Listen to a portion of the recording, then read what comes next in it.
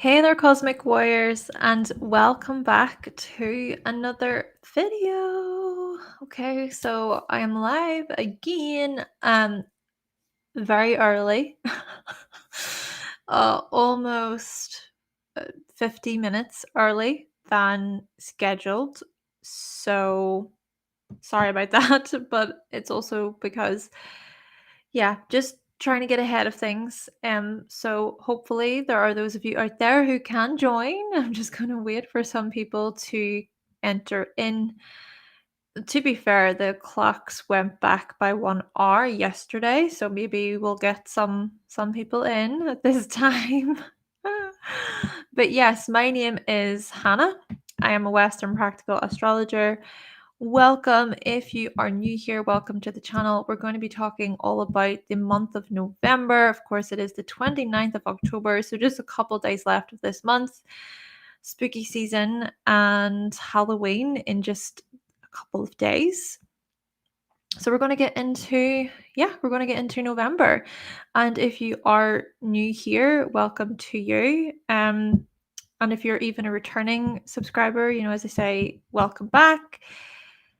And yeah, I feel like I'm about to sneeze. This is the enjoyable thing about lives. Anything the body does just goes. It just happens. Okay, so I hope you are doing well. So I'm just going to get started with this presentation. I hope you enjoy. So the month of November. Can't believe we're coming to the very end of the year. It's kind of crazy. It's just flown by. So I just want to let you know that I have some astrology products. If you're interested in anything, there's cheat sheets, a guide, ebooks, merch. You can find my digital products over on my Etsy as well, and you can find all of them over at hannahselsewhere.com. There's merch available as well. Hi, Danielle. Hello. We're live again. How are you? And I also want to say thank you so much to my patrons. Danielle, I see to my patrons over at Patreon. Thank you so much for your support. If you do want extra astrology content earlier, as well as daily forecasts and PDF guides, behind the scenes info, then you can head on over to Patreon. It's a great way to support the channel.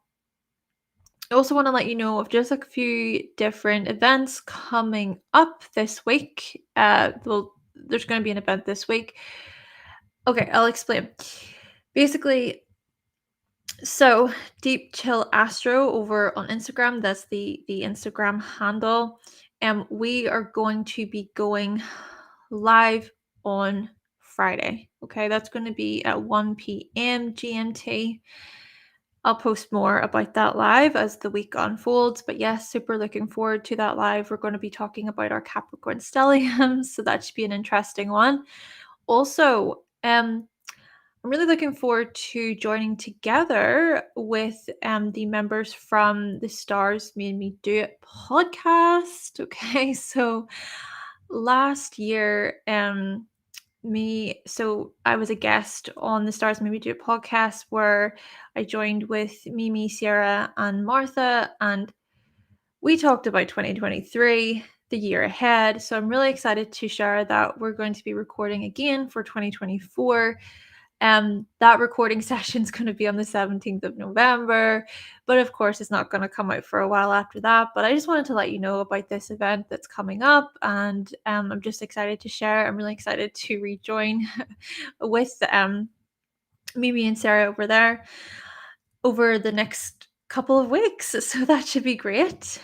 And then at the very end of the month, so as you probably saw from another live that I did today, I was with Yasmina and we talked all about the astrology of horror writers. And we're going to be joining again together, but this time it's going to be an international panel that Yasmina has started.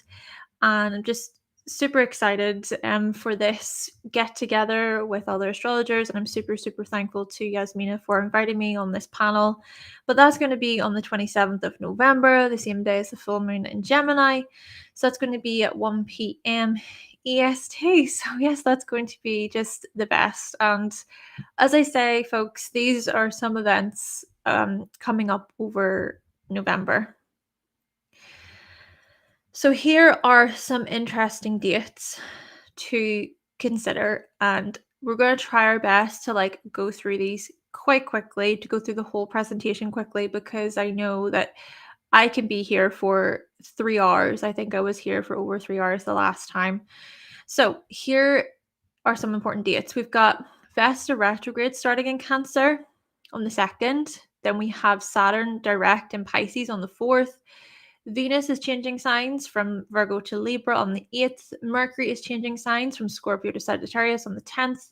There will be a new moon in Scorpio then on the 13th of November, the first big, I suppose, new moon here in this way in Scorpio for a long time because there's been eclipses.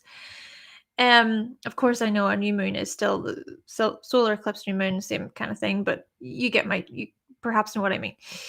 Also, Pluto will enter Scorpio, Pallas. My mistake. Pallas will enter Scorpio on the 19th of November.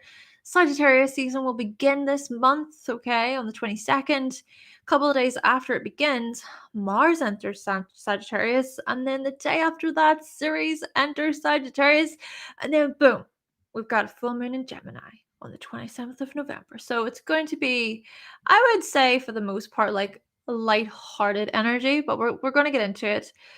Hi, Time. You said that you really enjoyed the chat on the writers. Yay! I'm so glad you enjoyed it. Thank you for tuning in. Thank you. And I hope you're doing well. So let's explore firstly some asteroid shifts that will happen throughout November. So Vesta will start to retrograde in Cancer, and it will also shift back into Gemini. So this is going to begin from the 2nd of November, and then Vesta will re-enter Gemini around the 20th of December, and then by January it will turn direct in Gemini, and then Vesta will re-enter Cancer at the end of March 2024. So I would say throughout November, if we were just to even focus on November, as Vesta starts to retrograde in Cancer here throughout the month, I think then that this is going to bring up big themes to do with, well, our emotional security, our emotional well-being, how it is that we honor these things within our Cancer house, okay? You think about Vesta in terms of keeping that flame burning, keeping that fire, that sacred fire alive within us, if you will. So I think that Vesta retrograde in Cancer will be a useful time for us to re-explore our emotional world in this respect. Then we've got Pallas, which will enter Scorpio from the 19th of November and will be there until February 2024. So this is going to be, I suppose, a more of a serious shift for Pallas, right? So Pallas has been in Libra. It will continue to be in Libra then until the 19th of November. Pallas is very much about justice and wisdom as well. I would even say here, being able to kind of use like your own creative intelligence to Pallas a theme. And then so with this energy moving into Scorpio, it's going to look more at the subconscious. So, all right, so exploring the deeper layers tied to our creative intelligence. Who knows? We could come up with something quite groundbreaking during this time. Wesley, hello, welcome. Danielle, you said you saw your internet was acting weird, so you had to restart your phone. I hate when that happens. Yeah, I've been experiencing the strangest things with technology as well today, but Yasmina said we were eclipsed. Perhaps you're being eclipsed as well.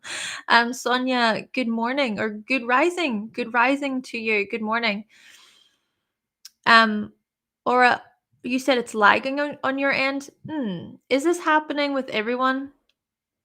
Yeah, because Danielle, you're saying your internet was acting weird. Could it be me? Am I the drama? Like, am I the problem? Am I the issue? No, seriously. Is is this lagging for anyone? Because I'm getting good bars on my end. Like my network connection is 10 out of 10. So I'm not sure. Let me know. It could be your internets, of course. Internets? Your internet, of course. But just let me know. Okay. And then also, I want to say that Pallas is actually going to oppose the North Node on the 6th of November this month. So I think that time period that could bring up some like perhaps tension over independence versus collaboration. It's also actually a good time to be able to maybe like see where you can meet someone else eye to eye or to kind of see where they're coming from.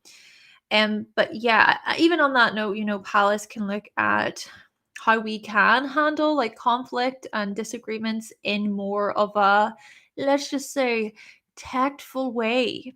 Okay, when compared to Mars. Okay, so the other thing is Ceres will enter Sagittarius from the 25th of November. It will be there until February 2024. So Ceres is going to do a couple like interesting things. Of course, it won't enter Sagittarius until the 25th. So, at the very, very end of the month, that energy is going to more so invite, like, okay, well, what I really, really feel connected to and attached to here is exploring and expanding myself. Sagittarius season is so much about this. So, we're going to be going from like this real deep introspection tied to Scorpio energy to like more of this outward, expressive, visionary, this type of energy. And the other thing I want to say with this is Mars, Ceres, and the Sun will conjunct in Scorpio and then sextile Pluto on the 20th of November. So that would be like, I would say that's an interesting date to take note of, okay? Because it could be that there's something highly transformative with respect to like your attachments. I would even say that matters related to loss or grief or DEATH could very well come up here during this time.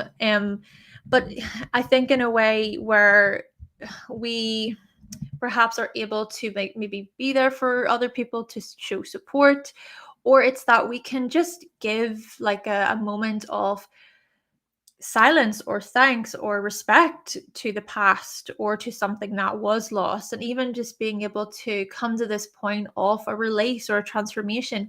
Do you know what, this is how I really see this just coming to my mind there. By the way, I need to take off this hairband. It is absolutely dagging into my brain, into my skull. So anyway, so this is what I'm thinking with this, really. If we think about how there's been all these like eclipses in Scorpio and Taurus for the past couple of years, we think about how the nodes, they were in Scorpio and Taurus for a couple, well, 18 months or so. And then we're in Scorpio season, right? We're in the heart of Scorpio season right now. We're actually about to approach this Mars CAZIMI in Scorpio as well, which we're going to touch on.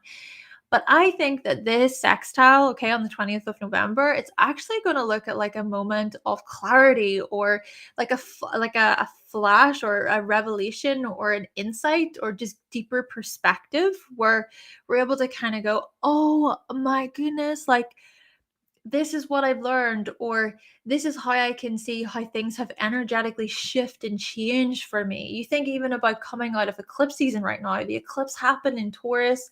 I'm not like that energy is so strong, it's so potent and powerful. But by the time this aspect takes place, I think it's really going to just look at like, okay, this is it. Like I can see the insight. I can see strongly what the past couple of years have brought up for me. And then as things start to shift and change with the Sun and Mars both entering Sagittarius and even Ceres entering Sagittarius, by the end of the month, it's like, wow, okay, I am now ready to embark on this journey. I'm ready to like perhaps seek something that's really expansive and wide, and I feel excited, I feel enthusiastic about it. We're just in this stage right now of having to go more internal. Okay, look at that Scorpio energy digging deeper into into ourselves. It's a very soulful time, it's a very sensitive time for many people. It's quite a raw energy, it's quite an emotional energy. But yeah, I think that sextile can look at a big release or like a shift in our energy levels, a shift in consciousness. Okay, Sonia, you said your internet's fine. Daniel, you said your phone is better. Okay, good. Sonia, your birthday is on the 24th of November. Oh my goodness. Well, happy birthday to you for November.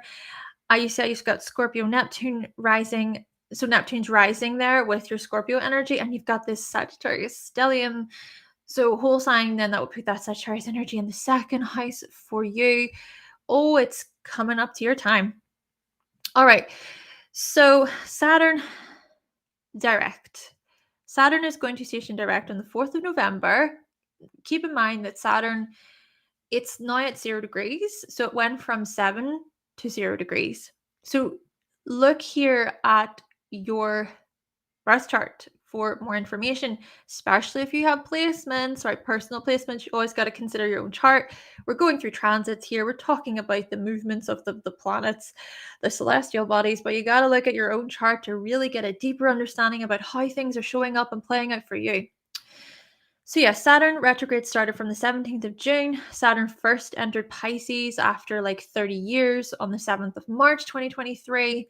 So yeah, perhaps you have been revisiting then matters tied to that time period, from the 7th of March to the 17th of June, around, give or take, around that.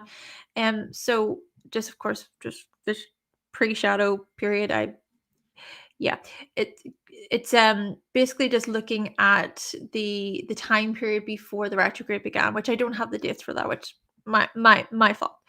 But still, I think that this is a time period to just that was a time period to reassess then your own sort of emotional boundaries. What came up for you basically whenever Saturn first re-entered Pisces.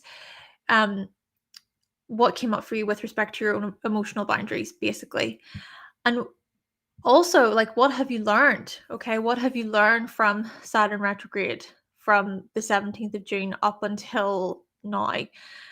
Really, what have you learned when you are able to look within yourself and think, like, what came up for you? And are there maybe other things that you would wish to change with respect to your own emotions in this way? Reassessing emotional spiritual karma too. Saturn is so much about karma.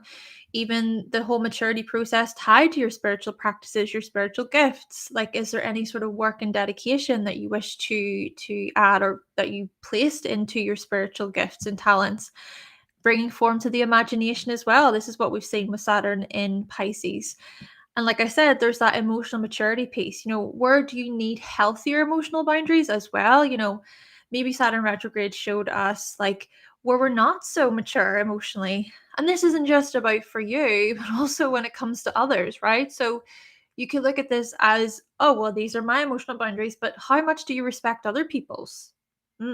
You know, when does it feel like really unsettling whenever somebody else sets a type of like a boundary for themselves, or whenever they are feeling a particular way? Like, how does that influence you, and what does that tell you about yourself? But there's just a lot of like deeper reflection going on, and even having to address our own projections, right?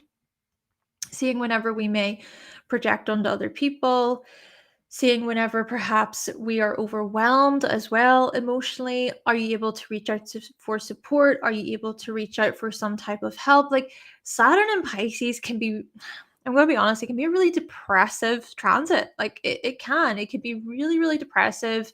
It can feel really lonely. It can feel like you're just cornered, or like you're trapped, like you're in this imprisoned, you know, stage of your life, where it's like, well, no one gets me, and I don't really understand what I'm going through, and I don't know how to reach out to other people, and like I'm bottling up all of my emotions, and I'm probably going to explode any minute now because I just keep repressing, and it's hard. Like, this is a hard transit. It's hard. So, I think this is where the part of it that, like, it requires this, I suppose, this ability to look within ourselves and go, well, what am I going to do about this? What can I do about this? How can I be proactive about how I'm feeling? Maybe it's about being able to reach out for some sort support, or maybe it's about even letting out your emotions through the arts, right? Letting out your emotions through your creativity, through journaling. I know for me, journaling has been quite beneficial. Even gratitude journaling, especially, has been beneficial for me.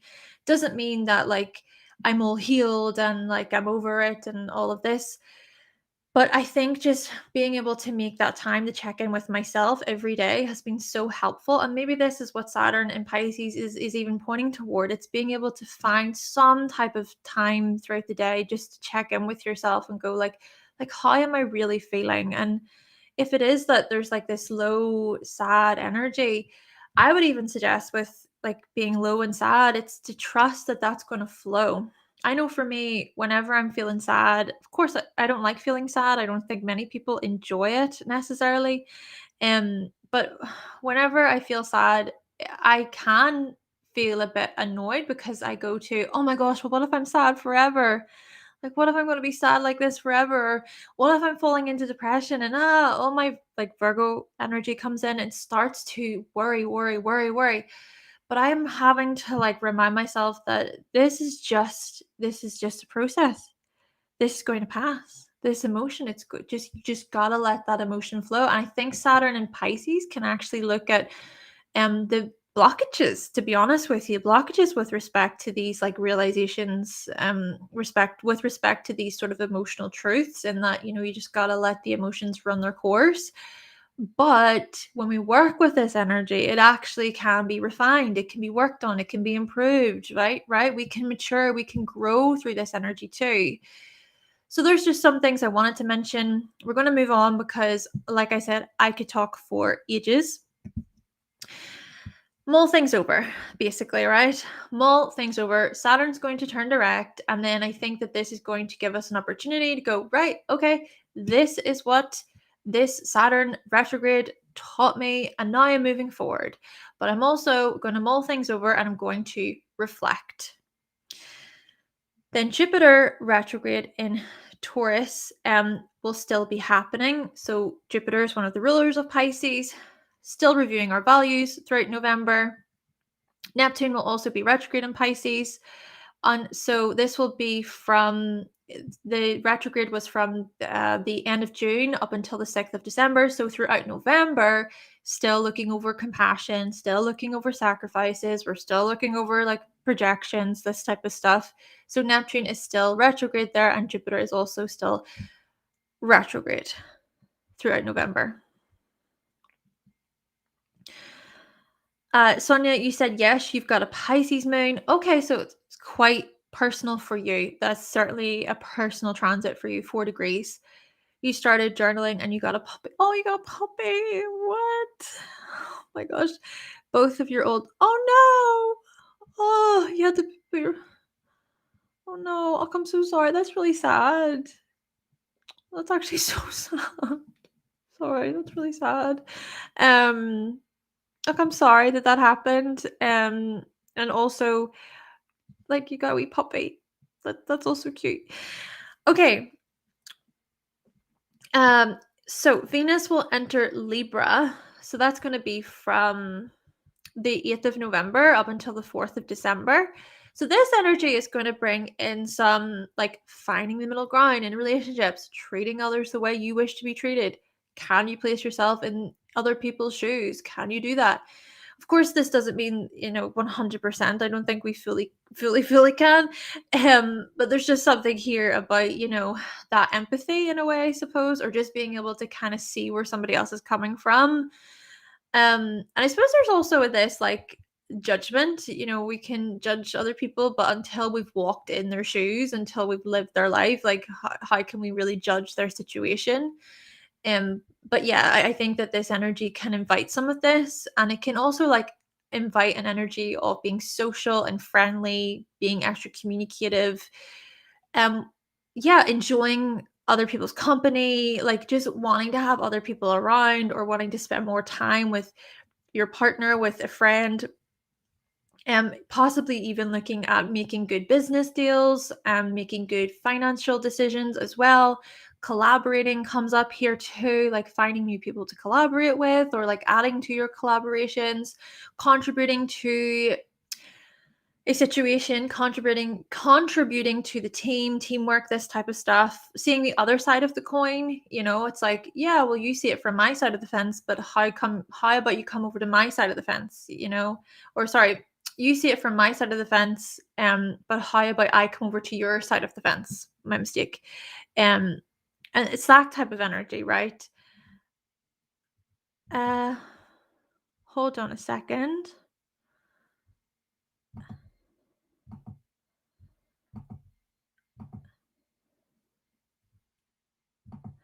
Okay, I am having technical difficulties today. Hello? Oh my gosh, I'm having all sorts of technical difficulties today. I really don't know what's going on. I don't know what's going on. Oh, this will pass. This will pass. Charlie, or Chale? Is it Chale? Hello, welcome. Hello to you. All right, so where was I? Another thing. You can't hear me, or you can? You can't? You can? Or you can hear me in terms of like technical difficulties? Sorry, Danielle. Is that what you're getting at? Ah, it's just been the worst for it. Right. If everyone can hear me, everyone can see, we're gonna keep going. Honestly, I am sorry. I just apologize for all of this, but we're gonna keep going. Audio is good. Okay, great. Shally. Oh, Shally. Okay, cool. All right. So, balanced financial decisions is another one. So, being able to like weigh things out when it comes to your decision making regarding finances. Do I really, can I afford this? Is this something that I, can spend the money on, or is it worth it? This type of stuff. But then also trying to like balance your actual money, in terms of, are you living within your means? Are you living beyond your means? It can kind of go in both ways with Libra. Sometimes it's like, yeah, I'm living within my means and okay. But then there's other times where you're not. And then trying to sort of get those parts of the self into a nice balance, that can be a challenge. But I think that this energy, Venus and Libra, can invite some of this, right? To be able to kind of think about, well, this is what I'm desiring right now. This is what I'm attracted to right now. This is what I feel is like the right thing to do. A bit of love as well post eclipse season. Like let's like clap and say we made it out of eclipse season. We made it. Like I think this Venus and Libra energy, we may not be in Libra season anymore, but we went through the solar eclipse in Libra. We also went through the lunar eclipse in Taurus. Venetian ruled eclipses. Now Venus is moving into Libra throughout November. So yeah, just take your time, and you know what? Just take this transit as an opportunity to really think about, this is what the eclipse has taught me, and I'm so grateful. I'm so grateful. And just give yourself some of that like compassion and that love. What did the eclipses bring up for you? What did they teach you, especially regarding relationships, especially regarding your values, all right?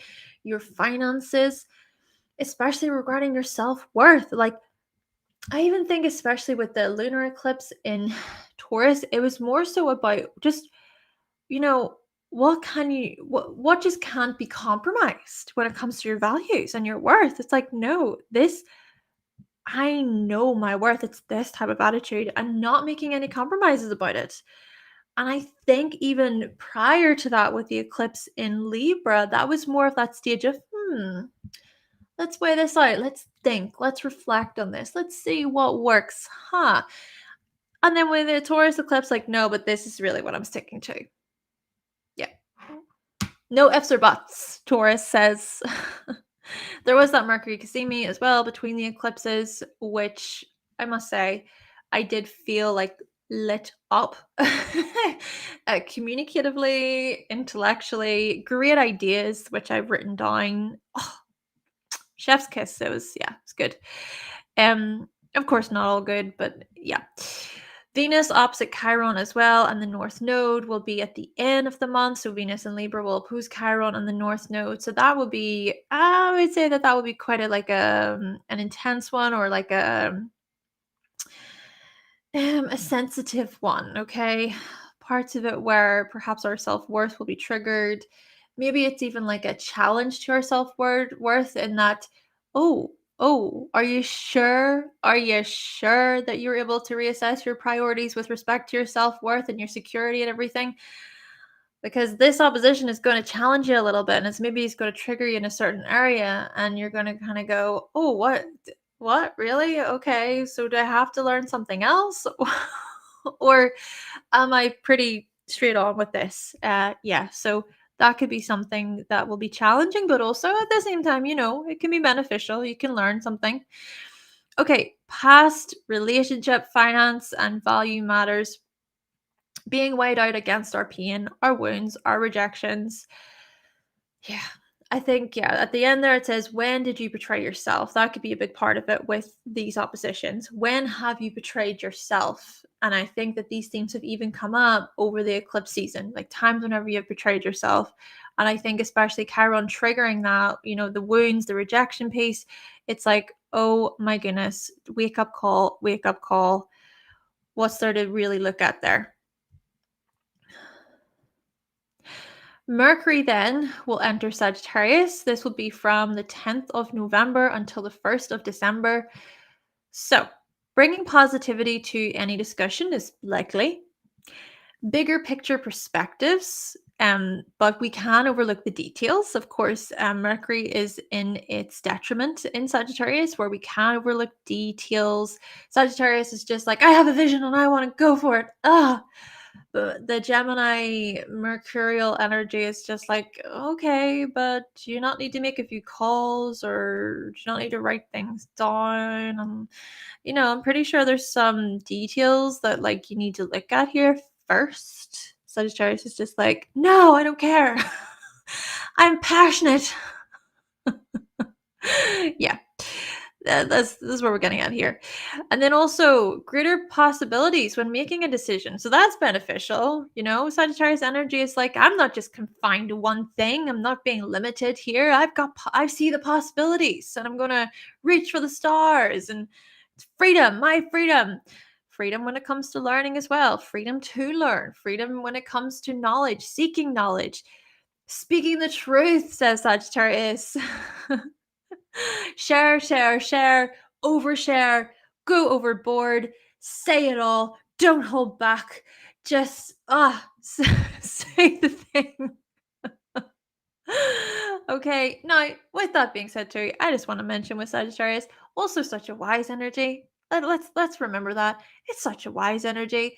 It's the type of energy that can be philosophical. It's the type of energy that can possess like a great deal of faith. Can also be like a really religious energy as well, where you're following your own moral compass, you're following your faith, you're following your ethics as well. So there's these sides to Sagittarius too. And so in this way, we may be able to showcase these types of qualities when it comes to communication too. We may consider like our morals and our principles within discussions, or when it comes to what we're learning, when it comes to what we're sharing. Now, with that being said, I just want to mention Mercury's going to be doing some like challenging aspects to other planets throughout the month. There's a square to Saturn on the 10th/11th of November. So, yeah, a dampener on our positive vibes. Okay, dampener on our positive thinking a little bit. Sagittarius is saying to Pisces, why? Why you have to give me in the feels, Pisces? Okay. Then Mercury square Lilith will also happen, and that will be around the time of the new moon in Scorpio, and that'll be on the 13th. So Lilith will be in Virgo. So that's going to be extra annoying. It's like, Virgo, stop criticizing me. Why you always have to pick me apart? Stop that. That's the type of energy. And then Mercury will square Juno as well on the 18th of November. So that Juno will also be in Virgo. So Lilith and Juno both in Virgo with Mercury and Sagittarius. I would just say nitpicking within relationships may be likely, having to address our own sort of shadow, face our own shadow selves when it comes to what we share and what we say in relationships.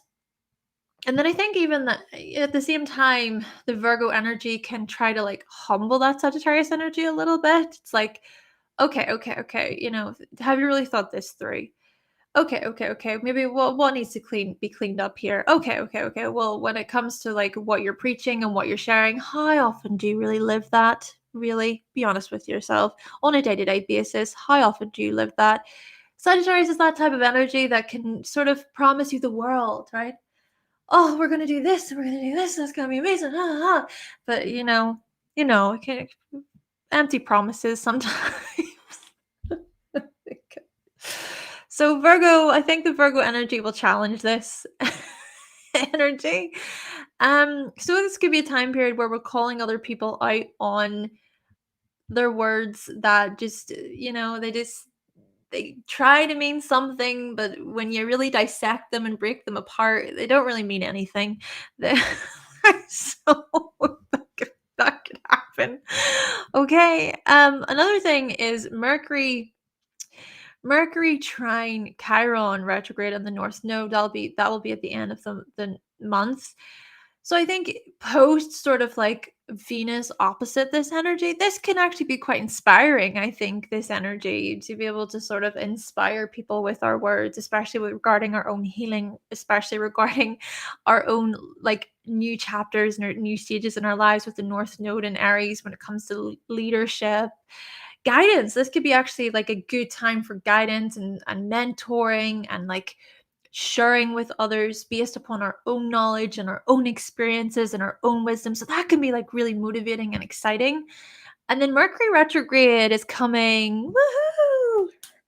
Mercury retrograde in the fire signs is starting, right? So we've had these retrogrades, Mercury retrogrades in earth signs all year. It's like, okay, we've all been reassessing the practical matters in our lives, but it's time for the fire signs to step in. And it's like, well, what about inspiration, right? What about your spirit? What about your passions? What about the things that bring you joy? What about the things that you love? What's your heart saying? How about you expand your mind? Like it's this fire, passionate, inspirational energy, this energy of leadership as well.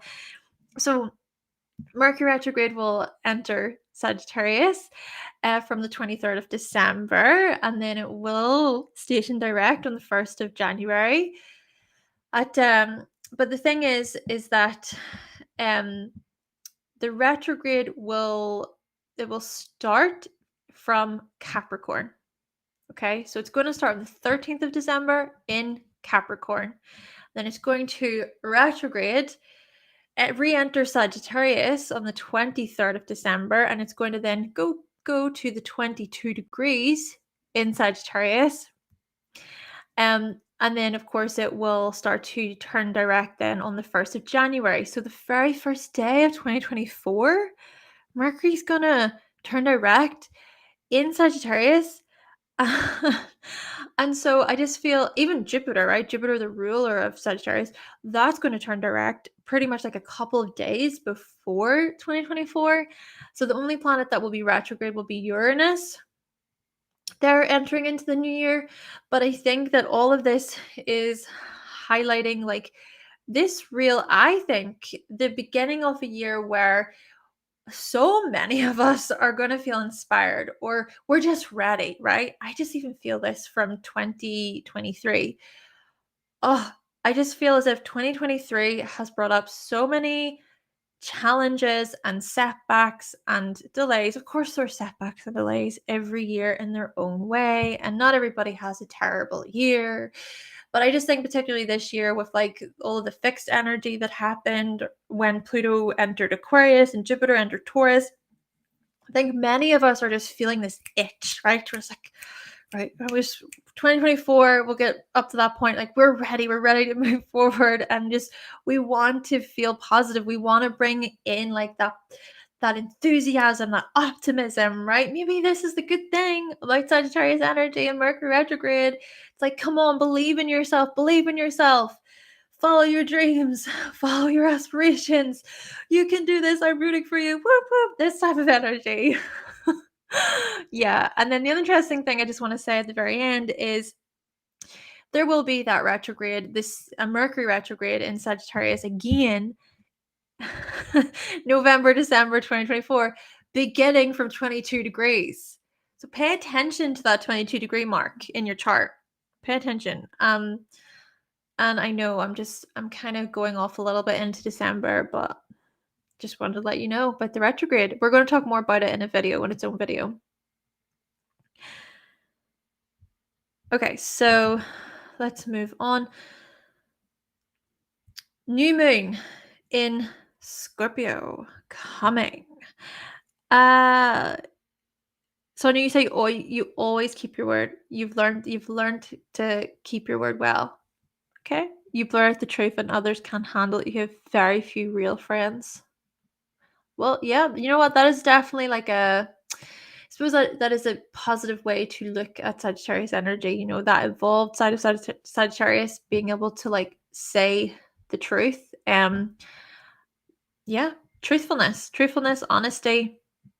And sometimes the truth can hurt.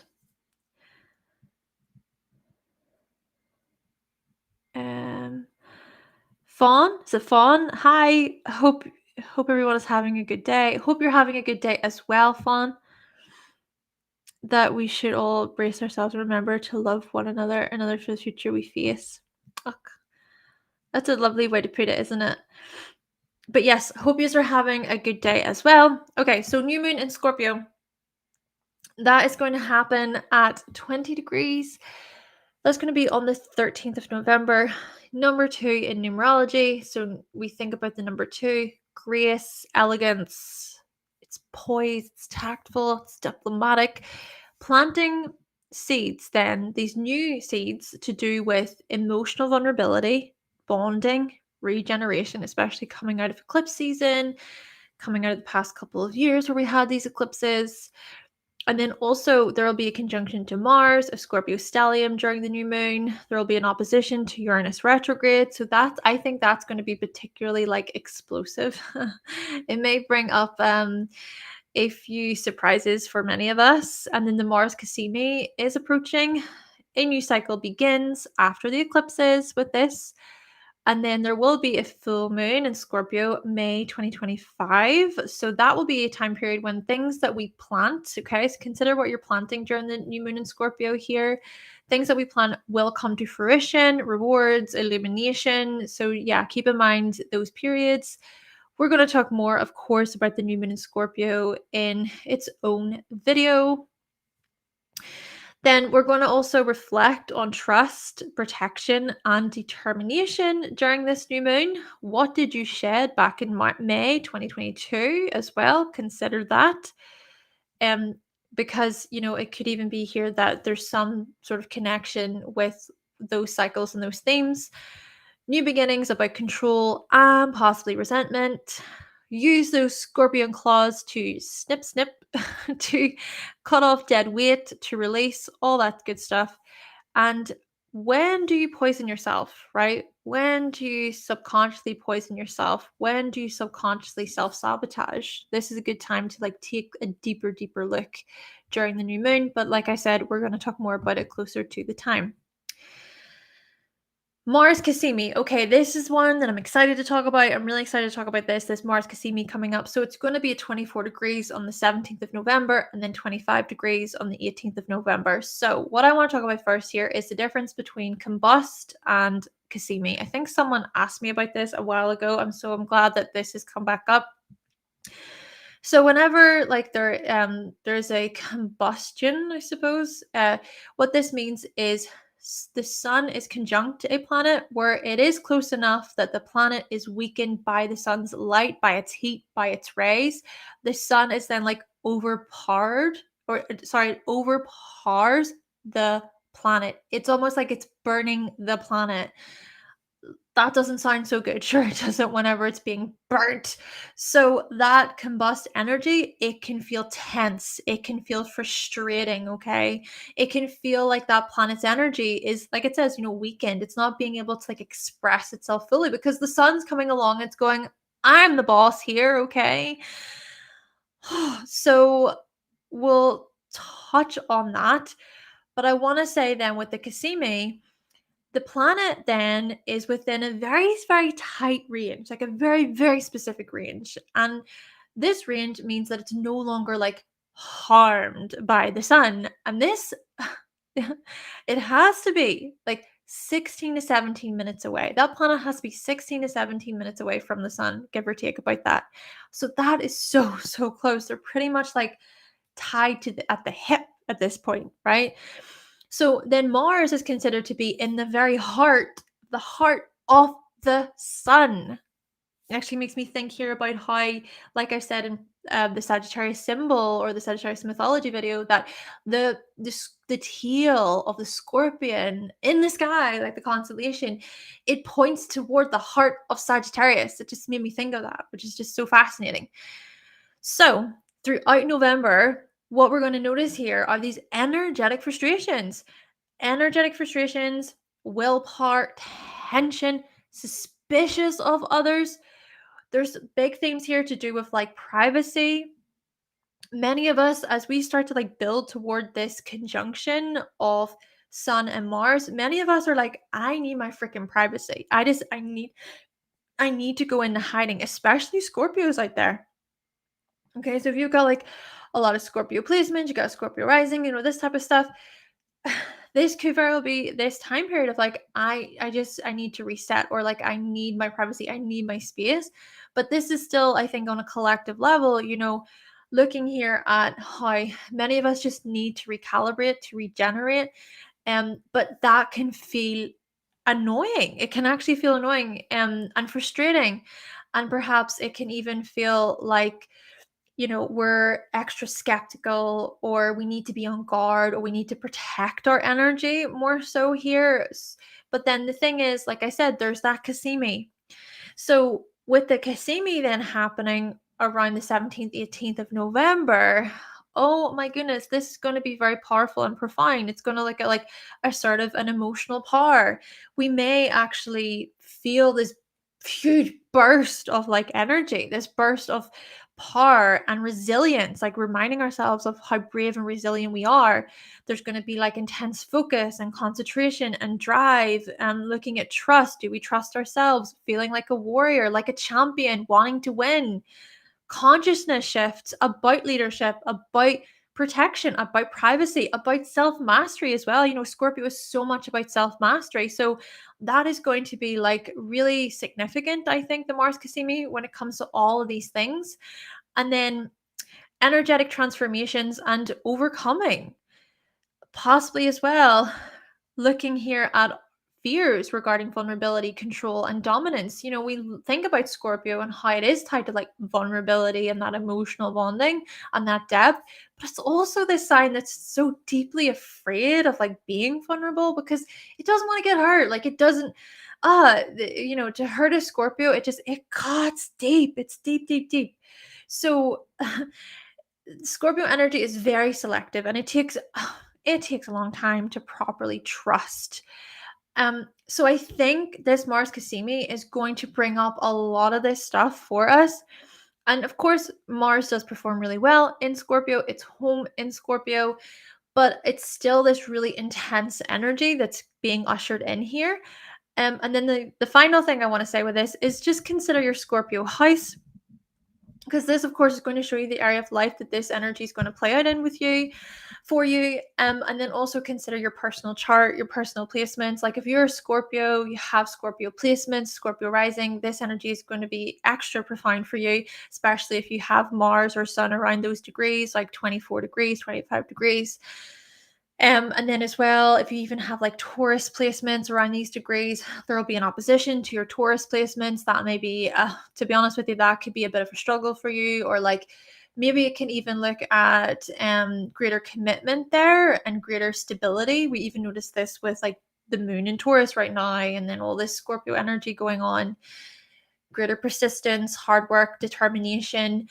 And then as well, Aquarius. Oh my gosh, I just realized that this energy is going to square my sun. Yeah. It's going to be quite close to my sun. So that may be enjoyable. Joking. No, that could actually be quite a positive thing, I think, work-wise for me, because I have Aquarius in the 6th house. But anyway, I digress. Aquarius, Leo, there will be squares to those placements for you. And then even, you know what, for like other water signs, like there could be trines. I mean, if you have planets in Pisces or Cancer around these degrees, lovely. That could be really like rewarding and beautiful for you, right? That Mars CAZIMI. Same, similar kind of thing with sextiles. If you have planets around these degrees in signs, we think about Virgo. We think here also about Capricorn. That could very well be quite a pleasant energy, quite a harmonious energy for you. But anyway, let's move on. Let's now turn our attention toward how Sagittarius season is going to begin on the 22nd of November. So we're going to be going from seeking depth and digging beneath the surface to freedom, expansion, from extremes and emotional intensity to adaptability and greater optimism. We love to see it. We love to see it. A little bit of optimism. Mars and Sagittarius a few days later for the rest of November, adding extra, like a big extra kick, a big extra dose of like energy and passion and drive. And then also goals geared toward the underground, the underworld, to goals geared toward adventure, right? Taking sort of like, what I'm visualizing right now is um an explorer going into a cave and picking up all of this gold, all of this treasure, and putting it in their backpack and putting it on their back, and then walking out of the cave and going out into the world to like make amazing things with that, with that gold. That's what I'm thinking of right now. Use the resources and the materials that you sort of gain from Scorpio season and take it, like take the knowledge, take the wisdom, like take the SH1T, like the crap, the messy stuff, the chaotic stuff, whatever, like take it and you put it to good use. Do something with it, like inspire the world with it, change the world with it. This is the type of energy that Sagittarius is. It's like dream bigger, dream better. You want to do that? You can do it. Like Sagittarius is that type of energy where it's like you can do anything, My Capricorn energy goes, I disagree. But this is it. This is the energy. Okay. Finding purpose in knowledge. Also shining a light on our aspirations, on our dreams, on our futures. And then Jupiter, which is the dispositor of Sagittarius season, that's going to be in Taurus this year. So that's going to invite like consistency. It's going to invite reliability with respect to our explorations and our growth. And that consistency and that reliability may actually frustrate many Sagittarians, to be honest with you. They even make it in conjunction in the Zodiac. Sagittarius is just like, I don't feel like doing this anymore. I want to go outside, or I want to go off and explore and do this. And Taurus is just like, no, you're going to show up every day and you're going to do this the same way every day. Like this is the program. This is what we're doing. Now, at the same time, that can be beneficial too. It can be beneficial. You can learn from this as well. So that's definitely a positive spin. That Taurus energy is like anchor, support. It's a holding energy, which can be beneficial, of course, when it comes to like working toward our dreams and our goals and our visions, all these types of things. All right, so Mars then is going to enter Sagittarius. And like I said, it's going to enter Sagittarius a couple of days after Sagittarius season begins. So it's going to be there until the 4th of January, 2024. The last time Mars was in Sagittarius was from the 13th of December on 2021 until the 24th of January, 2022. So that was like, 2 years ago? So consider even what came up for you, right? 2 years ago when it came to this energy. This is the type of energy that's like, I'm chill, I'm easygoing, I'm pretty laid back. Sagittarius energy can be super laid back. That's the type of energy that just sort of what I'm getting from Sagittarius energy is someone like a guy on the beach with like long hair in their flip-flops, like smoking a joint or something, just chilling. And I know that may sound like more sort of Aquarius, Pisces, but no, I'm getting in my brain something to do with Sagittarius here. I'm just being so like free spirited and chill and relaxed at ease, that this type of energy. But then within the same vein, this same person is able to like go and hike, or they're able to go and canoe, or they're they're able to even start their own business, or they're able to like save for something that can take them a long time. Like Sagittarius energy is so versatile. It's so versatile. Uh, yeah, it can be wild and free, can be laid back and chill, and can be super aspirational and dedicated and driven. You know, there's still that fire part of it too.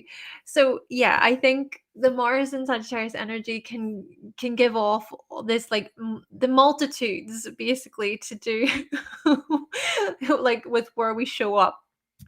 Um and this type of energy as well can be, well, to be honest, it can be crude. It's Mars and Sagittarius. It can be exaggerative. You know, Mars and Sagittarius, in my view, is like taking the joke too far. You know, those types of people. It's also the type of energy that sort of says, I do not give an F. I really don't give an F, but they genuinely don't. You know how some people go, I don't care. I don't give an F. I can be like that. I can be like that. Whatever. But I do care. I really do care. But Sagittarius is that energy that doesn't. You know? Oh, it's just this energy is just so fun to work with. I love it. Time. Thank you so, so much. That's so, so nice of you. So kind of you. Thank you so much for the tip. Thank you so much. And hi, Yashwan. Welcome to this live stream today. Hi. So yes, feeling restless is another thing during this time period where it's like, oh, I just have so much creativity, and I just have so many things like I want to do with my life. You know, Sagittarius energy is the type of energy that kind of looks at the clock and goes, I am wasting my time. I am wasting my time. I only have one life to live. I only have one life to live. Like, I need to go. I need to do something with my life. Like, why am I sitting here? You know, it's that type of energy.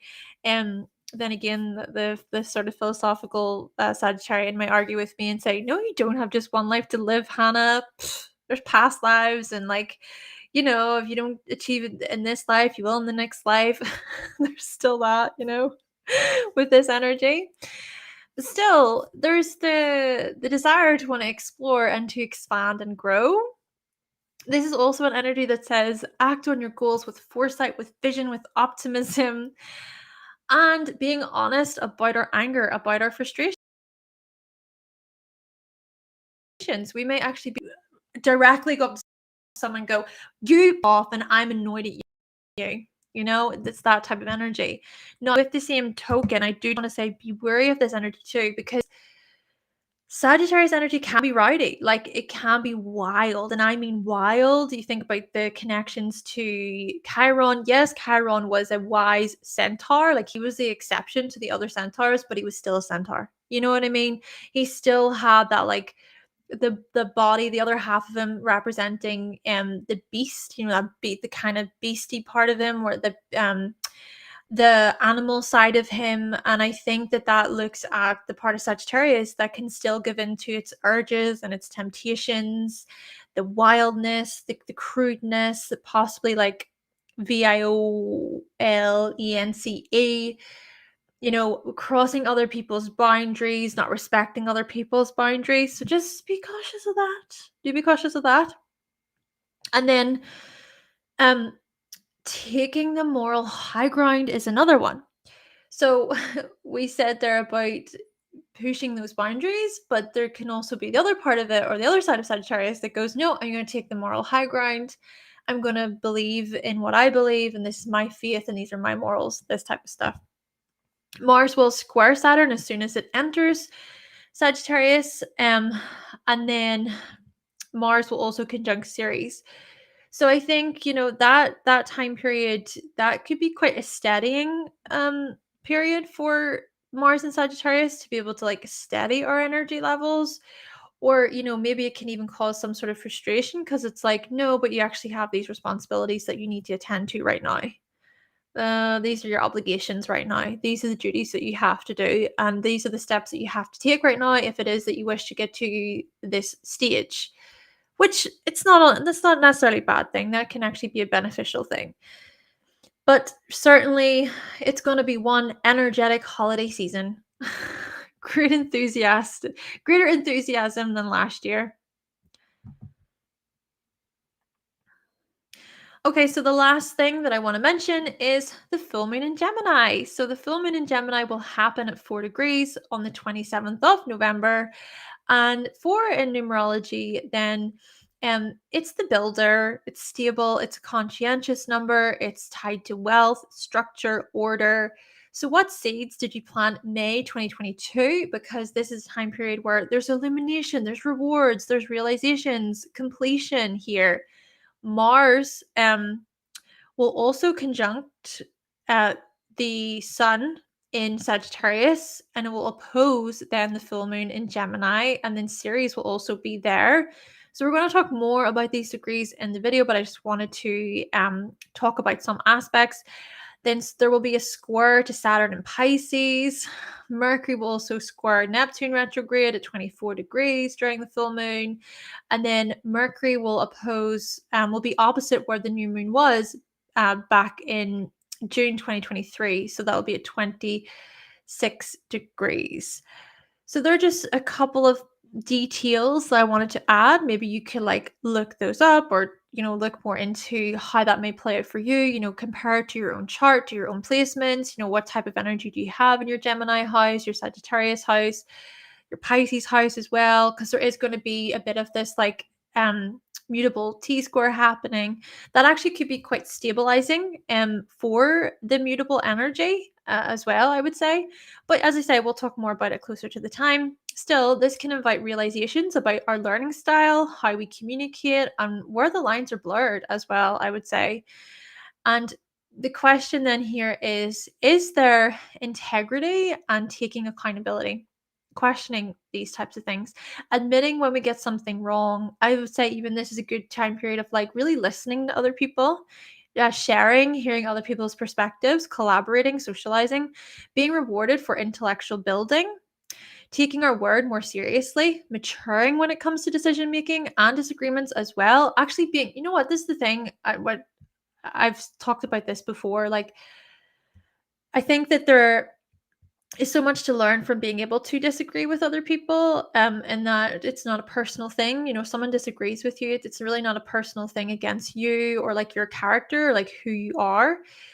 But I just think disagreements, they can be healthy, and this is what I don't really like having to learn this, because it can be difficult, but I am having to learn this. I'm having to learn that disagreements can actually be useful, and it's like you can open up more discussion than over disagreements. And also it's okay to be like, oh, do you know what, this is what I meant by that, to clarify something. Yeah. But this is even looking at like curiosity, childlikeness, innocence.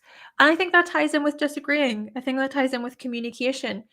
If you say something that's out of, not, it's not something that you meant to say, or you wish you could sort of not have said it.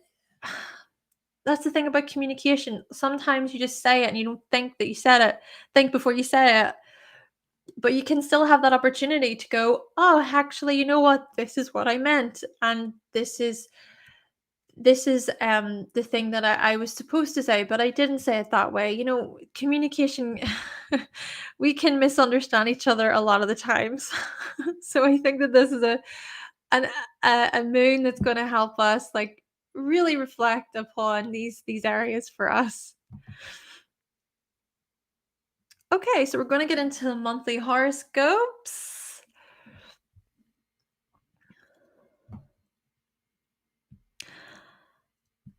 Okay.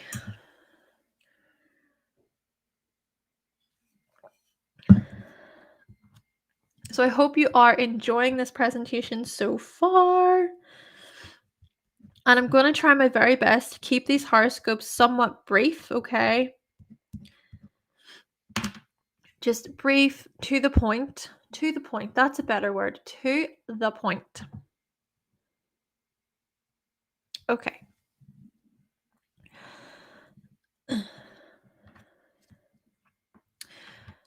All right, so Aries. On the 4th of November, Aries, Saturn is going to station direct in your 12th house. So you are going to be moving forward with these foundation lessons, these organization lessons, these structure lessons tied to, well, your spirituality. So looking here at possibly bringing form to your spiritual practices and how it is that you wish to move forward with such things. And then possibly as well, if we look at the 12th house through a lens of sorry, just want to turn this down. If we look at the 12th house through a lens of perhaps working through your own inner world, your emotional world, going behind the scenes, this type of stuff, I think that this is a good period for you to move forward with what came up for you then when it came to such matters while Saturn was retrograde. We think about that piece to do with loneliness or possibly depression or even just seclusion even as well. Perhaps things have been quite testing for you or challenging for you. So yeah, I think that the directness of Saturn could be a period for you to move forward and to really think about, well, what have I learned then when it comes to these areas over the past few months. Now, from the 8th of November onwards, Venus will enter your 7th house. So for the first week of November, this I think is looking at the values that you place into your work, the values that you place into your routines, your health, your everyday responsibilities. But then by the 8th of November, it's more about, okay, South Node in Libra as well, looking here at your collaborations, your gifts, your gifts and your skills tied to collaborations, tied to partnerships. And then Mercury. So Mercury will enter your 9th house from the 10th of November onwards. So from the 1st of November to the 10th of November, Mercury in your 8th house still looks at you like investigating, researching, diving deeper into certain topics. But then that from the 10th of November, it's more so about you communicating what you learned, sharing with the world what you learned, broadcasting that information outwardly, teaching other people as well, guiding other people. Possibly even, I would say, with this Sagittarius stellium building in your 9th house, Aries, this could be where you feel like you just want to travel or you want to sort of build toward that. You have goals related to travel or you have goals related to teaching and sharing. Training as well. So yeah, furthering yourself in this way. Now, there will be a new moon in your 8th house on the 13th of November. So with that new moon, of course, the chart ruler for you will be in your 8th house as well when the new moon takes place.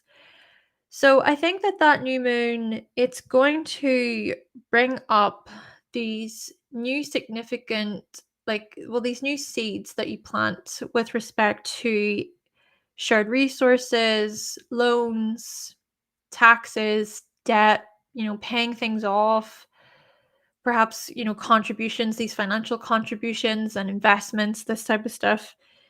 But then also looking more closely at um, any sort of new beginnings tied to intimacy and like forming a deeper connection with others. Then on the 17th and the 18th of November, the Mars CAZIMI will happen in the 8th house for you. So I think that that is going to be especially like powerful and potent then when it comes to those 8th house matters that I just mentioned. And it could be then that you feel pretty like fired up, or you feel motivated, you feel driven, new like deeper insights then with respect to these areas. And it's just like, yeah, I can do this. It's that real determination and that strong will and that drive then for you, and those shifts then related to these things as well.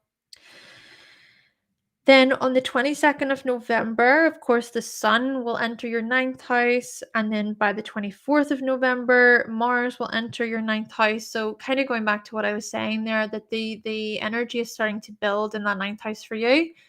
So for the most part throughout November, so much activity happening in the eighth house where it is about, okay, exploring those psychological elements, looking more closely at investments, any inheritances as well, looking at shared resources and accounts, managing other people's money, perhaps, these types of areas, of course. And also, I would say, even exploring any like unresolved trauma or any unresolved like emotional struggles and issues there for you.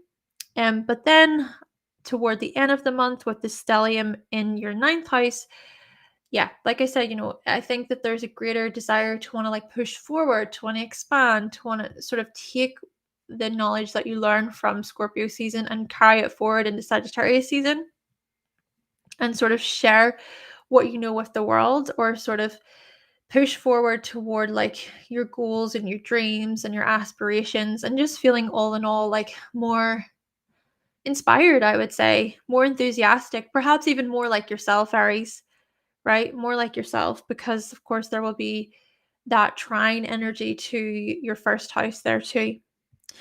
And then coming toward the very end of the month, there will be that full moon in Gemini.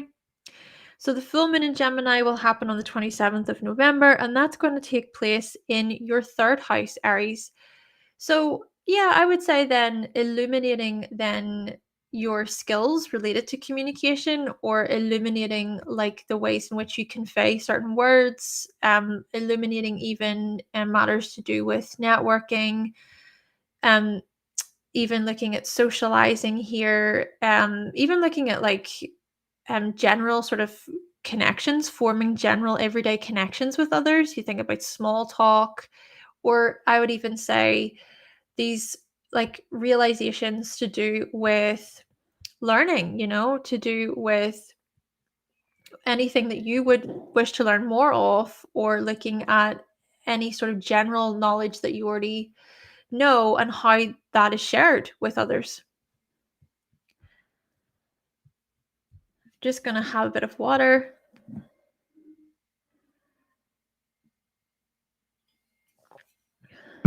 Okay.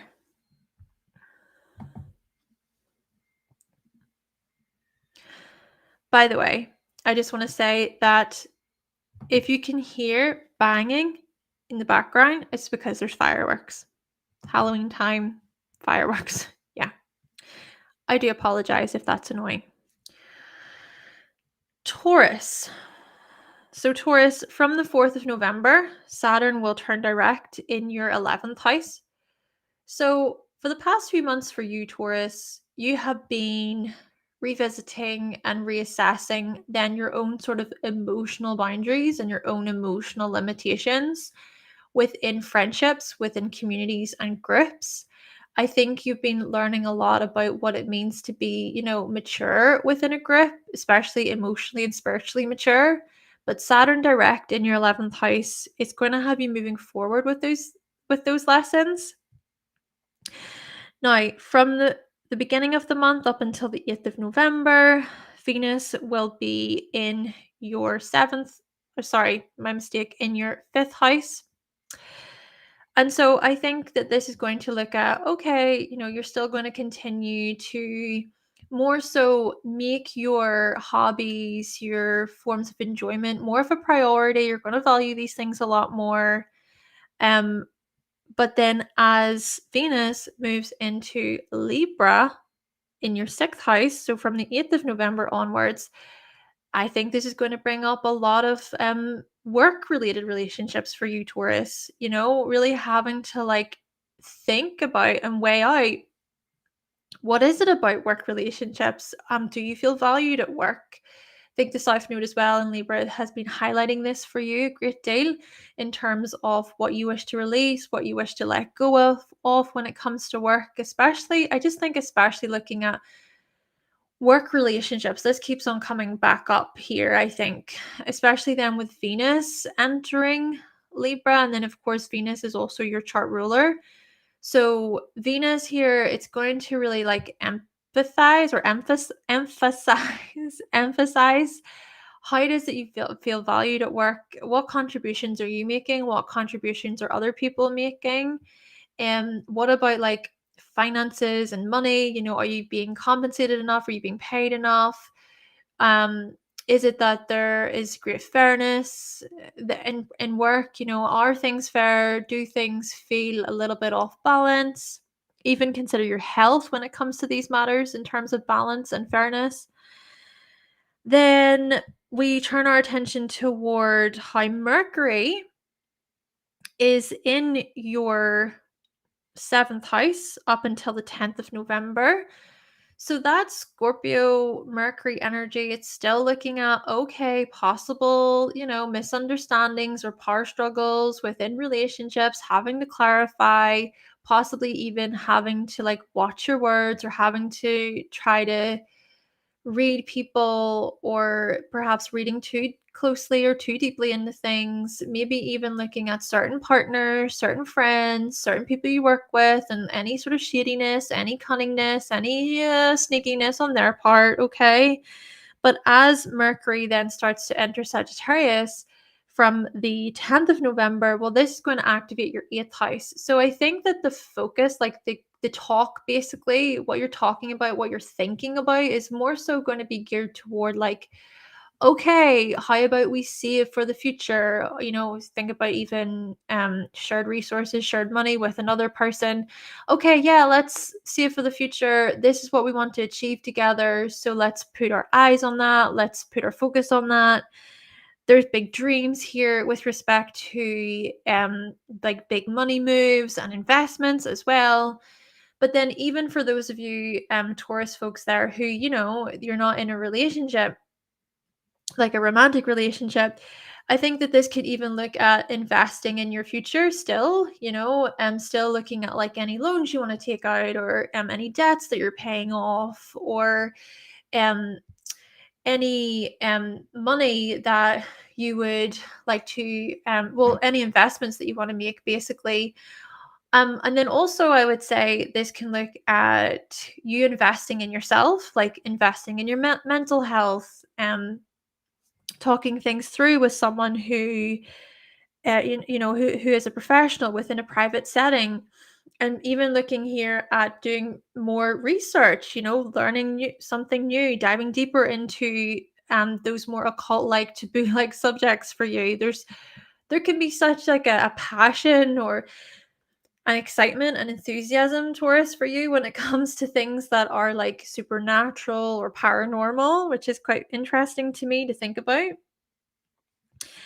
And then there will be this new moon in Scorpio in your seventh house on the 13th of November. So that new moon, it is going to, I think, be a time period for you to plant new seeds with respect to relationships and clients, people you want to work with, people you want to collaborate with, even looking at one-to-one relationships in terms of friendships and even family relationships too. And it could be for you, Taurus, especially like if we think about how there's been a lot happening for you, right? There's been a lot coming up with these eclipses in both your first and seventh houses, these angular houses for you. So there's been significant, like, new lifestyle, life path changes, identity changes.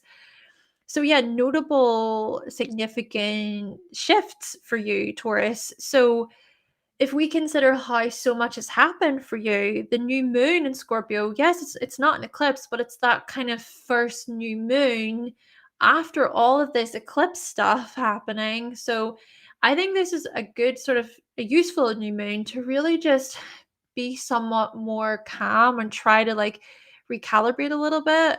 Try to sort of go, oh my gosh, well, right, let me just reflect. Like genuinely, what new seeds am I planting here when it comes to business or partnerships or relationships? Like, what new seeds am I planting based upon the knowledge and the insights that I gained from the eclipses? And then, of course, there will be that Mars CAZIMI on the 17th, 18th of November in your seventh house as well. So that's especially going to be like a fueled up, fired up sort of energy for you. And maybe this could even look at, okay, I feel like, yes, I want to be a leader here. I want to ask this question, or I want to invite this person, or I really want to do this. And you have that drive, you have that will.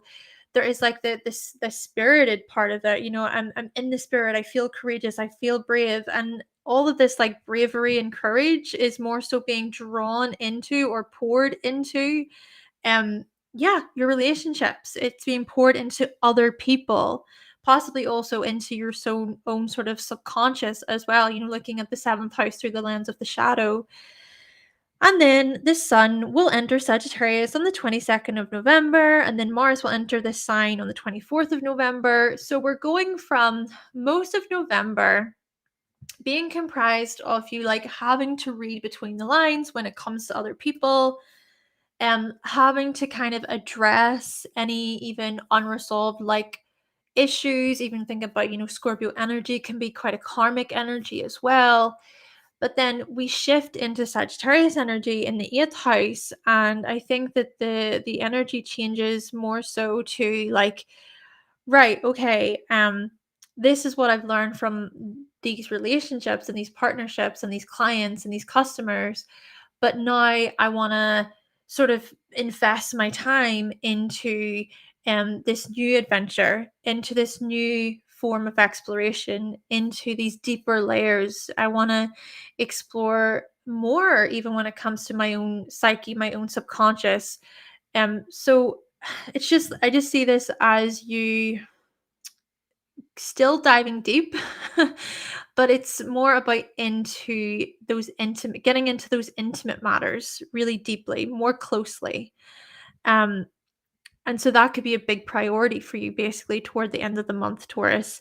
Then there will be the full moon in Gemini on the 27th of November. So at the very end of the month, there will be this full moon in your second house, Taurus, just illuminating matters to do with resources, your value, your worth, like even looking at your own emotional security when it comes to communication, and considering even how your values are that of being able to like use your voice or being heard, this type of stuff. So that moon energy coming into the second house, it's just going to like illuminate then what your values are and what your needs are and how aligned you are with those needs and values.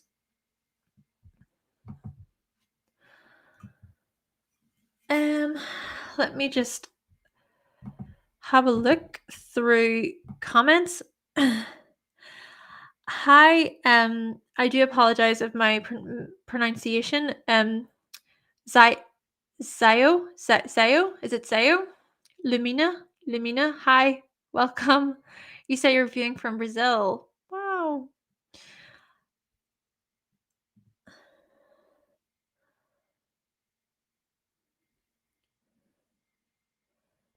Yeah, definitely consider the whole chart.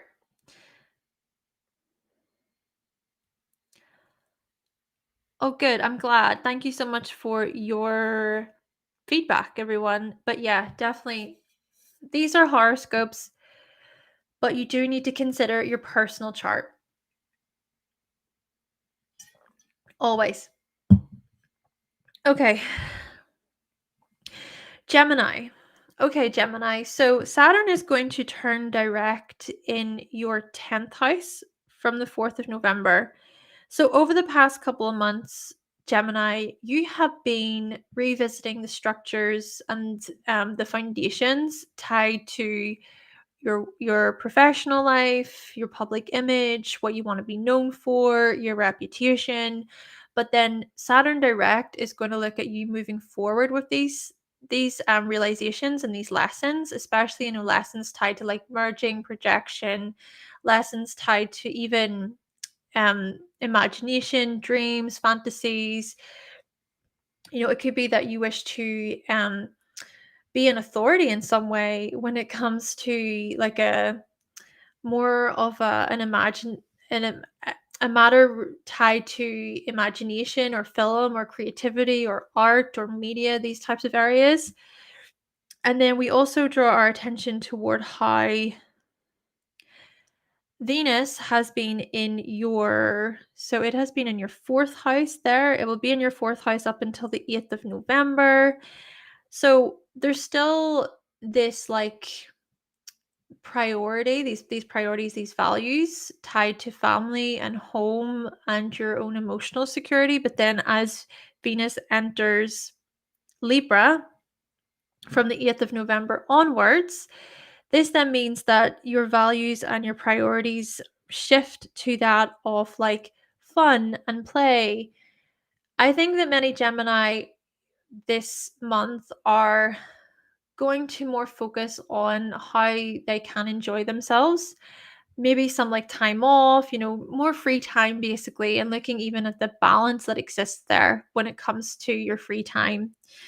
Now, Mercury will also enter your seventh house throughout the month. So, from up until the 10th of November, Mercury will be in your sixth house. So, for many Gemini, yeah, it's been very much like work mode, work ethic, uh, day-to-day stuff, managing your time, looking at your schedules, maybe even Scorpio season and coming into November here, it's just going to feel like everything's piling up and there's just a lot to be doing and there's a lot to get through.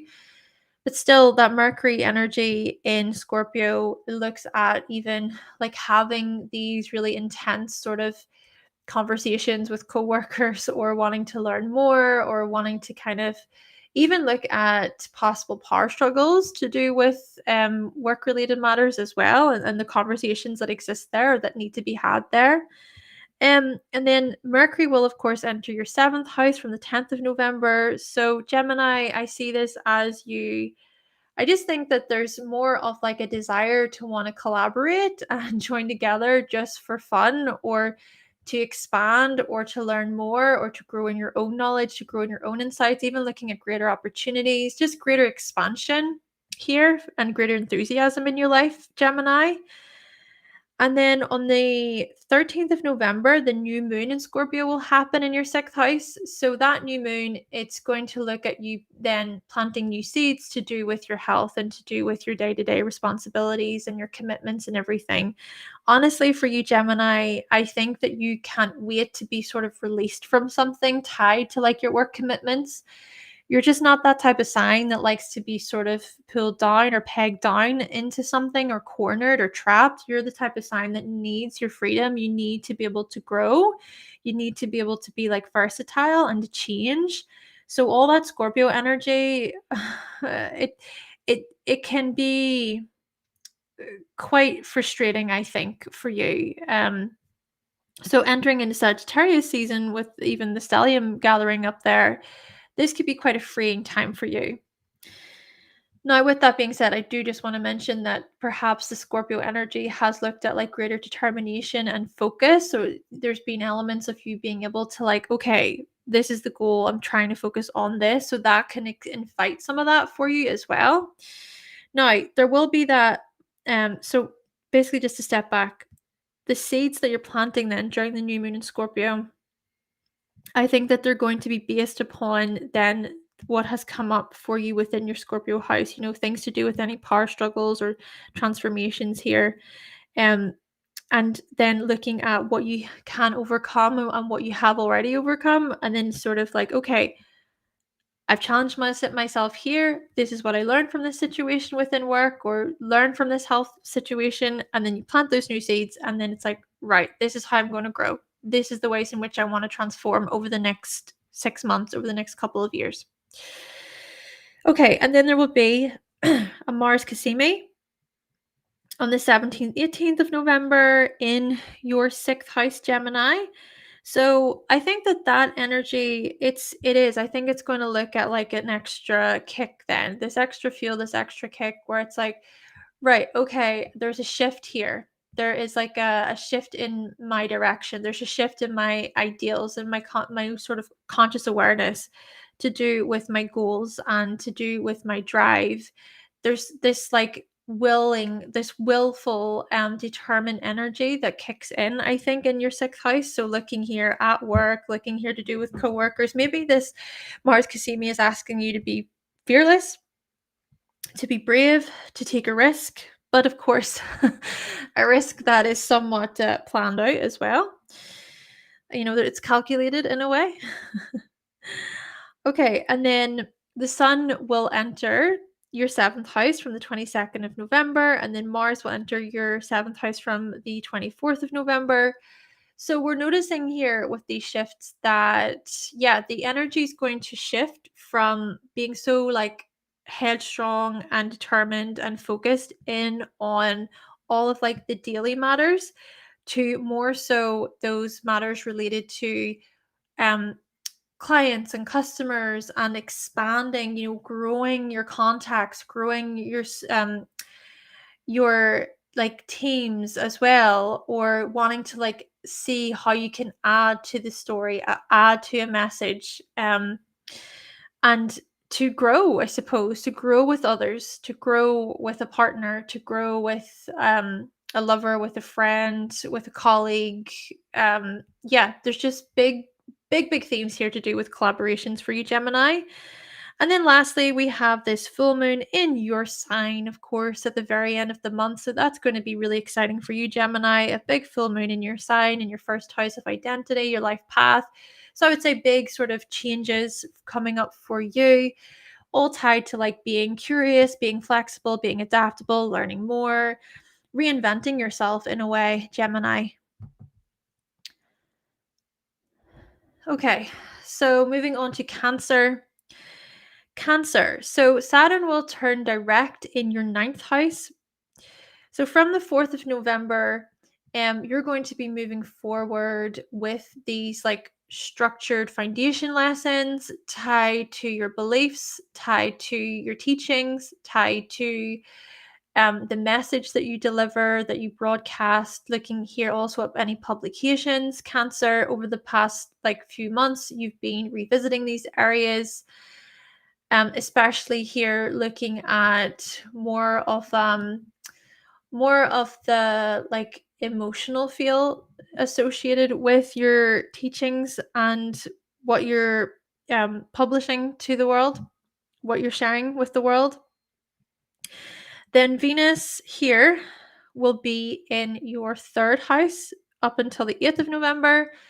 So you for you, Cancer, this is still looking at the values that you place upon your own communication skills, your learning as well, and then moving the focus more so to home, family.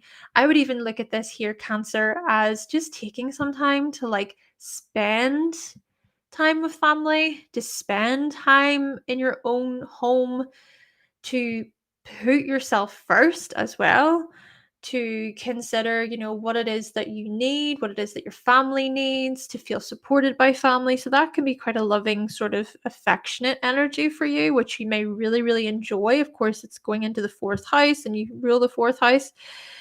And then I'm here looking at Mercury being in your fifth house up until the 10th of November. So for you, Cancer, there's just been a lot being poured into like your hobbies, your art, your creativity, your passions.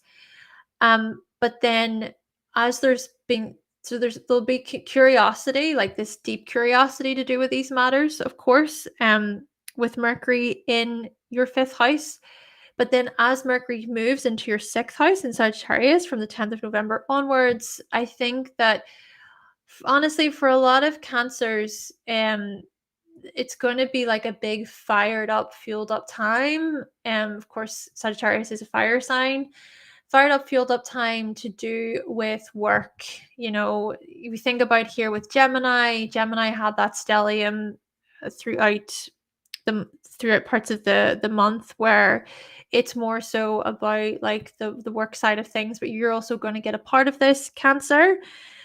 So, yeah, you may find that you become a lot busier. Be cautious of like making too many commitments, biting off more than you can chew. But then again, this can also look at great inspiration, great enthusiasm, maybe even feeling lit up, feeling like really hopeful, feeling quite good about things. Just, yeah, looking at your aspirations, even when it comes to work, promoting yourself more too. And then there will be that new moon in Scorpio in the fifth house on the 13th of November. So for you, Cancer, planting new seeds then with association, with respect to rather children, again, hobbies, things you do for fun, what is enjoyable to you, how it is that you play, how it is that you spend your spare time. Just, yeah, planting new seeds. And I think a lot of you Cancers, it's more so about like the deeper darker themes in life that you seem to like gravitate toward. And then the other thing is there will be that Mars CAZIMI on the 17th of or slash 18th of November in your fifth house. So I think some cancers, I would say with this one, possibly some cancers may be having children, right? That could be actually a couple days of like conception, like a time period, to conceive basically. And that could even be a time period where there's like a greater rush of excitement when it comes to love and romance, possibly, like looking at intimacy and depth when it comes to your relationships there, your romantic relationships, maybe even making some like courageous moves when it comes to romance and play and pleasure, these types of things. And then, of course, we've got the Sun entering your sixth house, and then Mars entering your sixth house by the 22nd, 24th of November. So there will be that stellium in your sixth. Like I said there, just be cautious of biting off more than you can chew, but it could also be where maybe there's greater travel, there's greater opportunity here coming up for you with respect to your day to day, with respect to your routines, your schedules.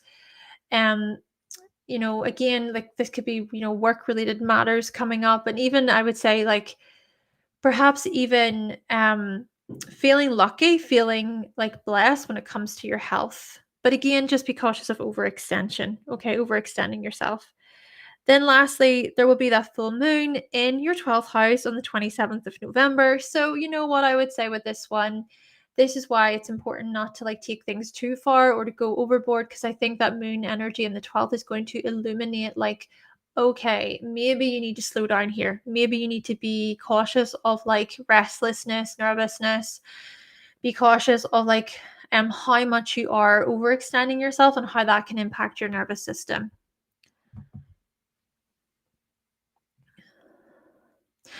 Leo. Okay, so Leo, on the 4th of November, Saturn will turn direct in your eighth house. So for the past few months, you have been really like revisiting then any sort of boundaries or healthy, like mature limitations when it comes to, well, your psyche, your psychology. This energy can be quite difficult, to be honest with you, because it is the eighth house. This can be quite like an intense energy, a confronting energy, and quite a lonely feeling I'm getting from this as well. And possibly like separating yourself or secluding yourself, needing to go into hiding, this type of thing, maybe because things are just too overwhelming or it's just too difficult, this type of stuff. But still, Saturn direct, I think that it's going to look at you then moving forward with those sort of realizations that came up for you while Saturn was retrograde. So it's like, oh, right, okay, well, this is how this thing makes me feel, and I don't enjoy that very much. Or this is like an emotional clutch for me, or crutch for me, that I keep going back to, and maybe I shouldn't do that anymore, this type of stuff. So yeah, I would say moving forward with greater responsibility, greater maturity for many Leos. But still, this can, with reflecting upon like current events, this can be quite difficult too. So I just want to say that. Okay, so for you, Leo, up until the 8th of November, Venus will transit your second house. So I think that this is looking at your own sort of values um with respect to here, like how it is that you know criticize yourself, possibly. It's like maybe this is a time period for you that's being quite like sensitive, perhaps, and even looking at what you need in order to feel like really, really secure within yourself. And is it that you maybe can pick yourself apart, or you can feel restless about not being liked or underappreciated, undervalued? Yeah, this energy can be quite harsh and critical. But then again, it could also look at you really refining your skills, refining your talents, your gifts with respect to like craftsmanship, with respect to like um the things that you're working on, looking at improving your craft. Okay. And then Venus will enter your third house from the 8th of November. So that Venus energy in the third house, I think it's going to look at, okay, more of this thing of valuing communication, valuing socializing, valuing how it is that you contribute to the team, and getting together with others, or even just wanting to create greater balance when it comes to your studies, when it comes to your own learning, your own sort of individual learning in this way. Just being drawn, I suppose, toward learning, attracted to greater learning, and even just being more drawn to like pleasant conversations where you can get together with others and you can like convey your own thoughts, and there's just this nice sort of feeling that there's an appreciative feeling, there's like a feeling of ease present too. Now Mercury will then be in your fourth house up until the 10th of November. So for you, Leo, that Mercury energy, it's like, okay, maybe there's some silence from you, or just being alone with your own thoughts. This is what I'm getting from this energy, right? With Mercury in your fourth house, being alone with your own thoughts, privacy, your own safe space, needing to recalibrate this type of stuff, but also working through like any sort of intense emotional difficulties as well. And then from the 10th of November onwards, Mercury will enter Sagittarius. So that's going to be a fun period, I think. I think a lot of Leos, you're going to be coming from this place of, okay, going within, spending more time alone, being in your private space, exploring the subconscious, your own subconscious, and possibly addressing like any emotional issues or unresolved traumas, this type of stuff. But then going from all of that kind of intensity, to then all of that like Sagittarius energy with the stellium gathering into it, where it's more about, okay, I'm ready. I want to go on a trip or an adventure, or I want to have some fun. I want to let my hair down. Leo, of course, you love to like express yourselves and to be enthusiastic, but of course there's still times required that you need to sort of reflect, and you need that time um to see, well, how am I actually feeling right now? Not the easiest thing to do, because Scorpio energy can be so intense, and it can bring up like a lot of, shadow stuff, shadow work, working through the unconscious, this type of stuff. But coming into Sagittarius season, it's like, right, okay, I'm feeling more lit up, I'm feeling more inspired. Of course, even Sagittarius makes a trine there to your first house as well. But of course, then the new moon will be in Scorpio on the 13th of November.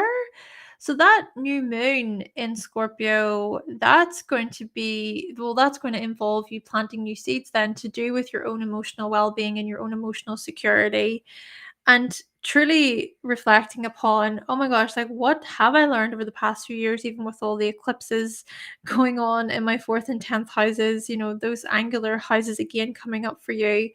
So big shifts for you then with respect to your emotional world and how you protect yourself emotionally. Trust as well is a big part of it. Commitment to yourself is a big part of it. And then looking even at like your family relationships, any sort of emotional bonds with certain family members. I think a lot of this stuff is going to come up for you during the new moon in Scorpio. Then the Mars CAZIMI as well is going to happen on the 17th, 18th here in your 4th house. So that's going to be like a real push of, okay, it's time to be brave. It's time to be a warrior here. I've got this. I can do this. I can overcome whatever this is. Like, even if there's something that is difficult or challenging here, maybe tied to family or home or the past, it's like, right, okay, what have I learned? Like, really, what have I learned from this experience? And then having that energy and that drive and that willpower, that strength to move forward. Now, like I said, there will be that stellium in your 5th house. So the sun will enter your 5th on the 22nd. Of course, the sun is your chart ruler. And then the Mars energy will enter the 24th. Sorry, will enter the 5th house on the 24th. And then, like I said, Mercury will also be there. So, yeah, I would just say that there's just so much learning and knowledge coming up here for you throughout November, toward the end of November, especially with like this full moon in Gemini as well, coming on the 27th of November.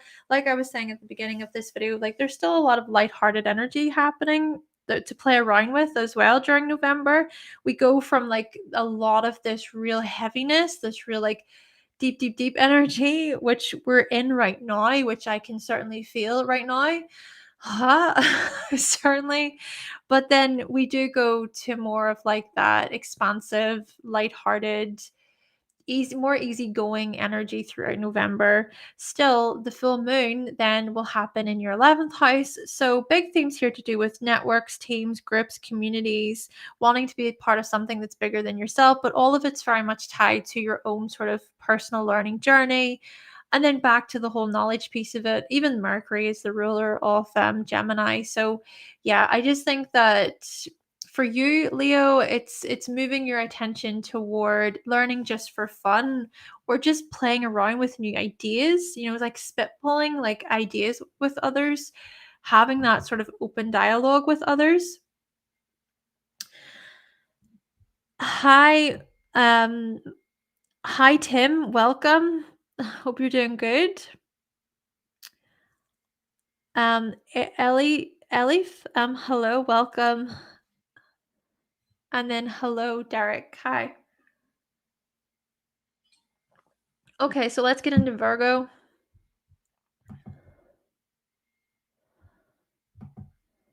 Virgo.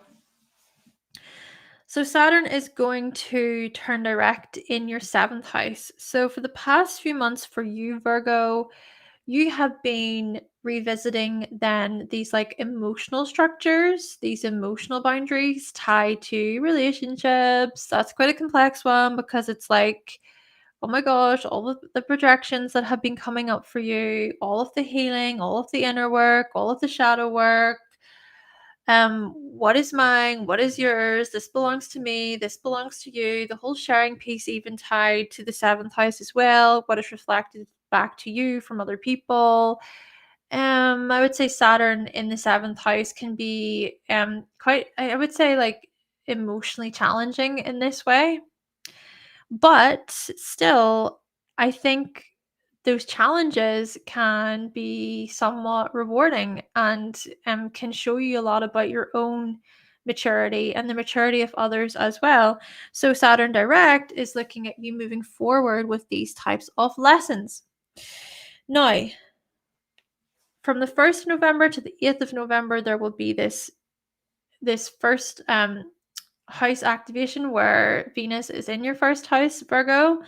So, yeah, I would say with Venus in your first house, I mean, many of you feeling more attractive, being drawn more toward others, others being drawn more toward you, this likability around you, being well liked. I would even say with this that your values, you valued more of your appearance, or you've even felt somewhat good about your own appearance, or you're able to value the appearance of others. Like there's just this nice sort of um so, self-image.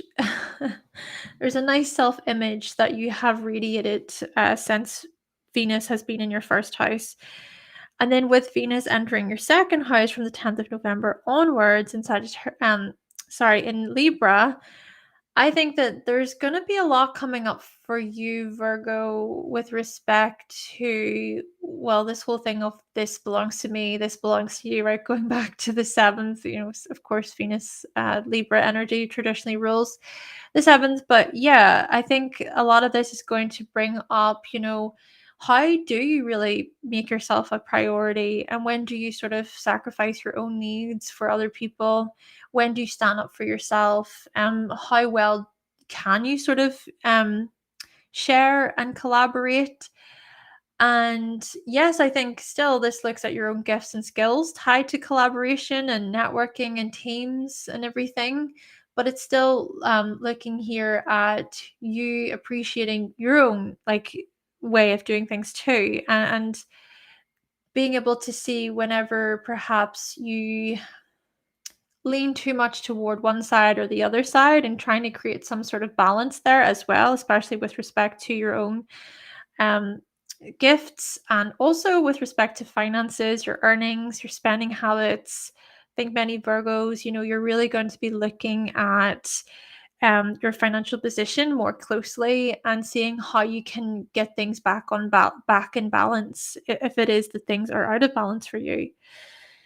And then we look here at Mercury. So Mercury will be in your third house up until the 10th of November. So many Virgos, I mean, there's just a lot happening then when it comes to communication, learning, driving, writing, teaching. Just a lot going on, like diving into topics and subjects, being super like investigative, doing a lot of research. And then Mercury will enter your fourth house. So more of like a, I suppose, lighthearted way of communicating and learning and sharing. So from the 10th of November onwards, Mercury will be in your fourth house.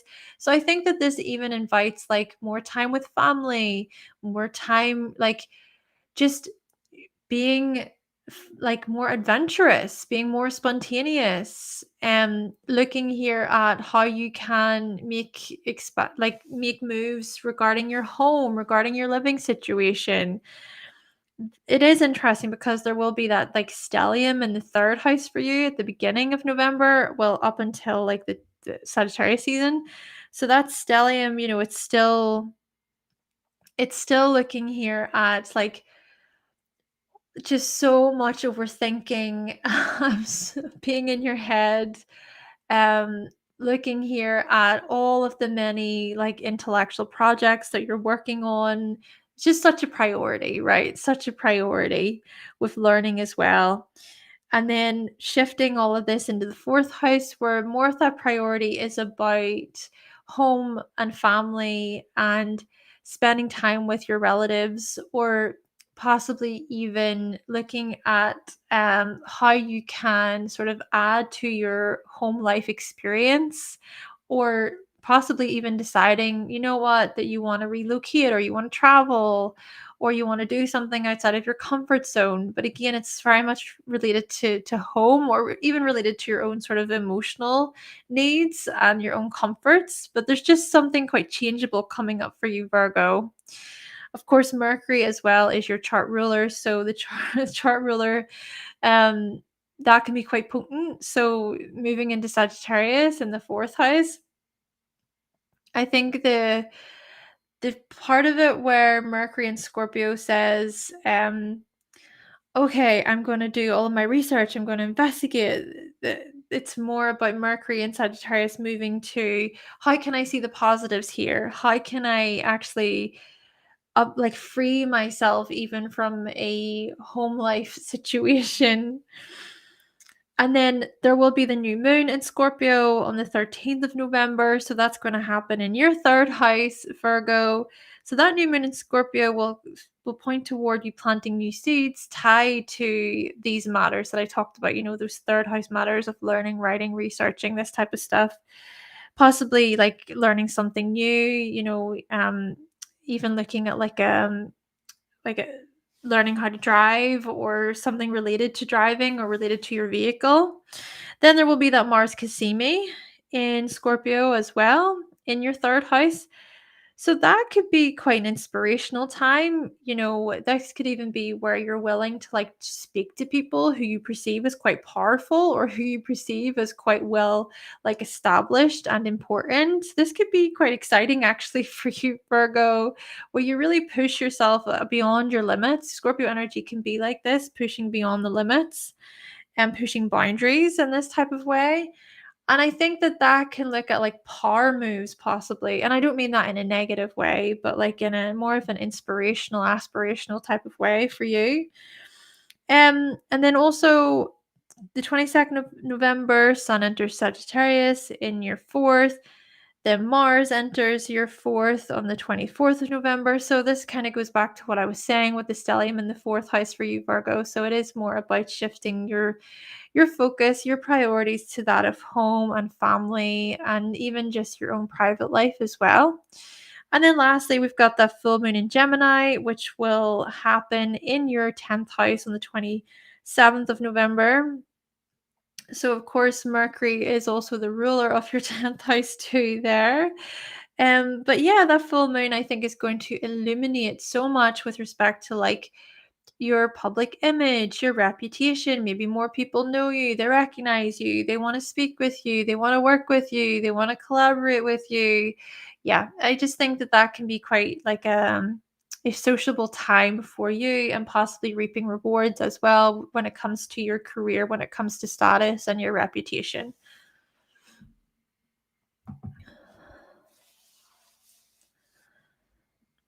Libra.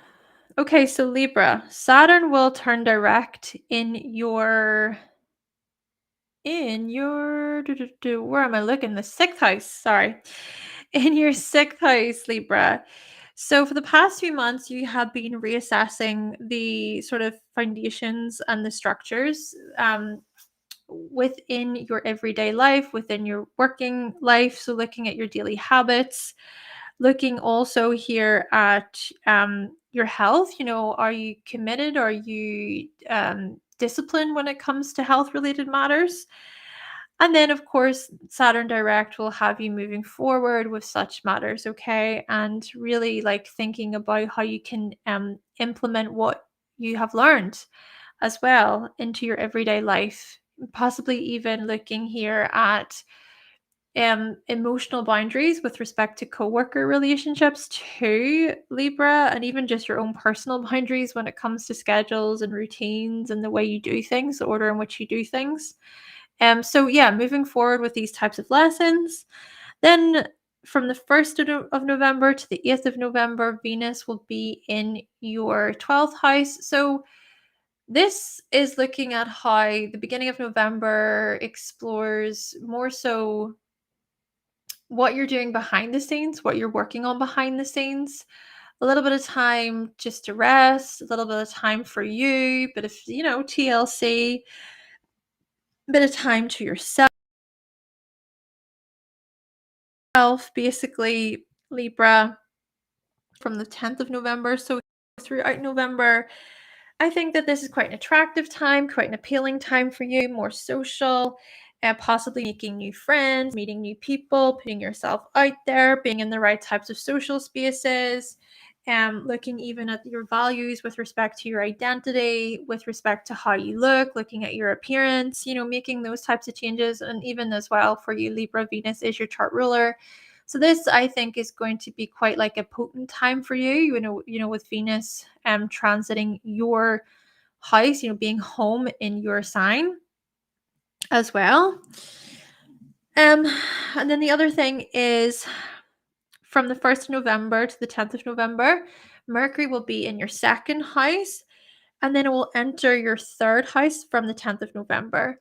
So I would say, like, for many Libras, there's been a lot of like powerful changes that you've been making when it comes to investments, money, resources. I think that this is pointing toward like a lot of shared resource stuff, looking at even the values related to intimacy that you have, or what it is that you need from intimate partners in order to feel like somewhat secure and stable, or maybe having to like ask yourself, anything to do with so any possible power struggles or anything to do with control here, you know are there any like controlling issues to address then when it comes to getting your needs met, when it comes to feeling valued in this way too? But big, I think, like big focus, big transitions to do with money for you. I think even with all this Scorpio energy, it looks at the extremes of things with respect to your resources and your materials as well, Libra. So I think there's just been a lot of like harsh fluctuations that have come up for you. But at the same time, I think this is about you um really trying to focus and to be dedicated and to be determined when it comes to these same matters.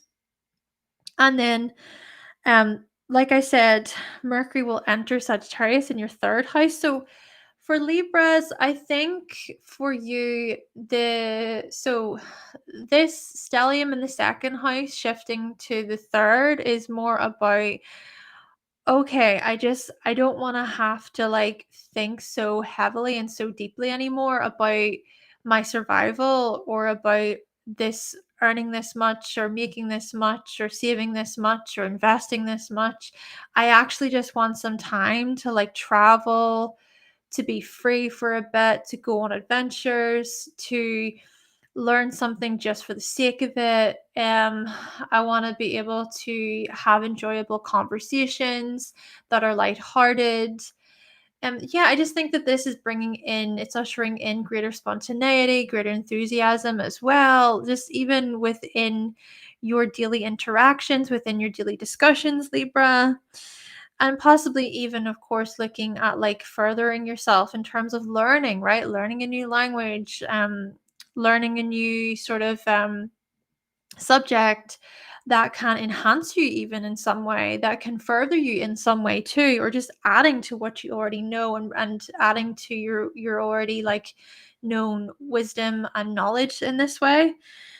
And then the new moon will happen in Scorpio on the 13th of November in your second house, Libra. So that is going to invite like planting new seeds to do with your finances, right? To do with your physical security. Maybe it's like you've achieved some huge goal when it comes to these matters, but now it's time for the next goal. Or maybe it's time to kind of see, right, this is how I would like to change or evolve moving forward with respect to my skills, my talents, my worth, this type of stuff. But still, like, with the Scorpio energy, quite like profound transformations present and likely. And then the Mars CAZIMI will happen in your second house around the 17th to 18th of November as well. So I think that is especially going to be a time period of like, right, yes, this is the goal. I think this is especially, looking at something that you would like to invest in, possibly like with a partner or with somebody else, or looking at how you can use shared resources and shared finances in order to kind of make things happen as well. So I would say big money moves, or possibly big security moves as well. That could be a possibility for you, Libra, like big security moves. And then the last thing with this would be big talent related moves. If you consider even how your talents and skills may be tied to that of like entrepreneurship, business, leadership, or tied to the occult, tied to something spiritual, then making those moves then, because you have those gifts, you have those talents, you have those skills. Okay, and then the sun will enter your third house on the 22nd of November, and then the Mars will enter your third house on the 24th. So, as I was trying to suggest earlier, I think it's just looking at, the stellium of greater comedic presence, greater seeing the bright side of things as well, just not taking yourself as seriously, and trying not to be even super caught up in like the intensities all the time. Maybe just having some time to like enjoy, to escape for a bit. And yeah, like I said, greater enthusiasm and greater comedy in your life. And then we also have this full moon in Gemini on the 27th of November. So that's going to be in your ninth house. So this, I think, yeah, this only adds to what I was saying. The ninth house will be activated. This is the interesting thing, isn't it? Because Sagittarius traditionally rules the ninth house. So definitely for many Libras, a trip up ahead or a travel experience or a teaching opportunity or a publication opportunity or like a networking opportunity as well. Just we are noticing just the illuminating of like the flexibility and the versatility with respect to these areas, and how it's like looking at opening yourself up to a whole new world, opening yourself up to a whole new landscape, and seeing that there are possibilities. The possibilities exist for you, Libra, and there are many doors available to you. And the reason why there are so many doors available is because of like the hard work and dedication that you've been sort of working on and structuring so far.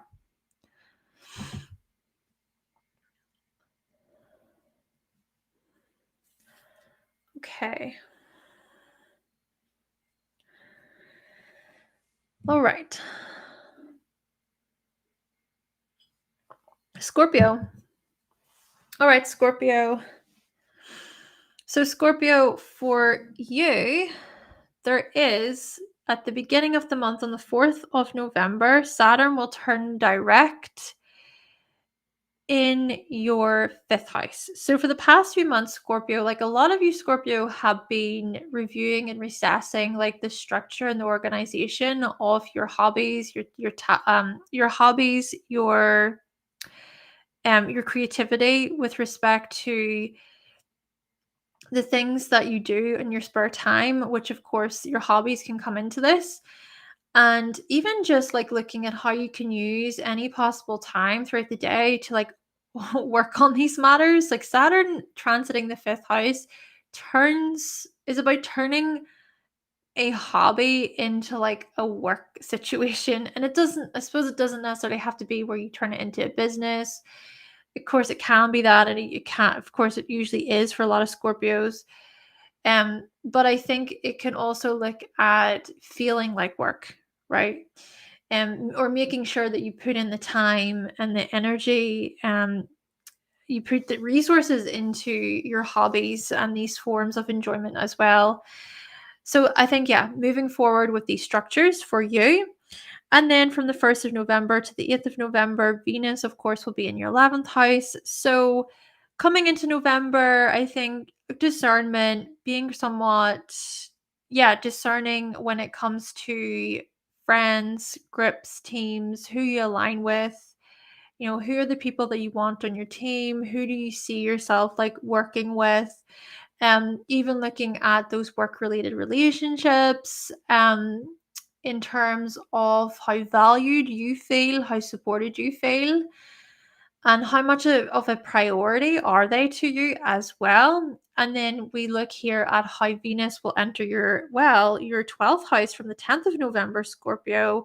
So a lot of Scorpio, I think, it's about reprioritizing yourselves. I think a lot of it is like shifting your priorities behind the scenes, especially your priorities with respect to like mutuality, relatability, negotiation, compromise, this type of Libran stuff, and really weighing things out. But it's like getting right with yourself, even exploring more so like your spiritual gifts as well behind the scenes, your spiritual values, your spiritual priorities behind the scenes. So that November invites these types of things. And then Mercury, of course, will be in your first house from the 1st of November to the 10th of November. So coming into November, just Scorpio, a stellium in your first house. Like a lot of you are like these, what is it, like a workhorse or like a work demon, it can feel like.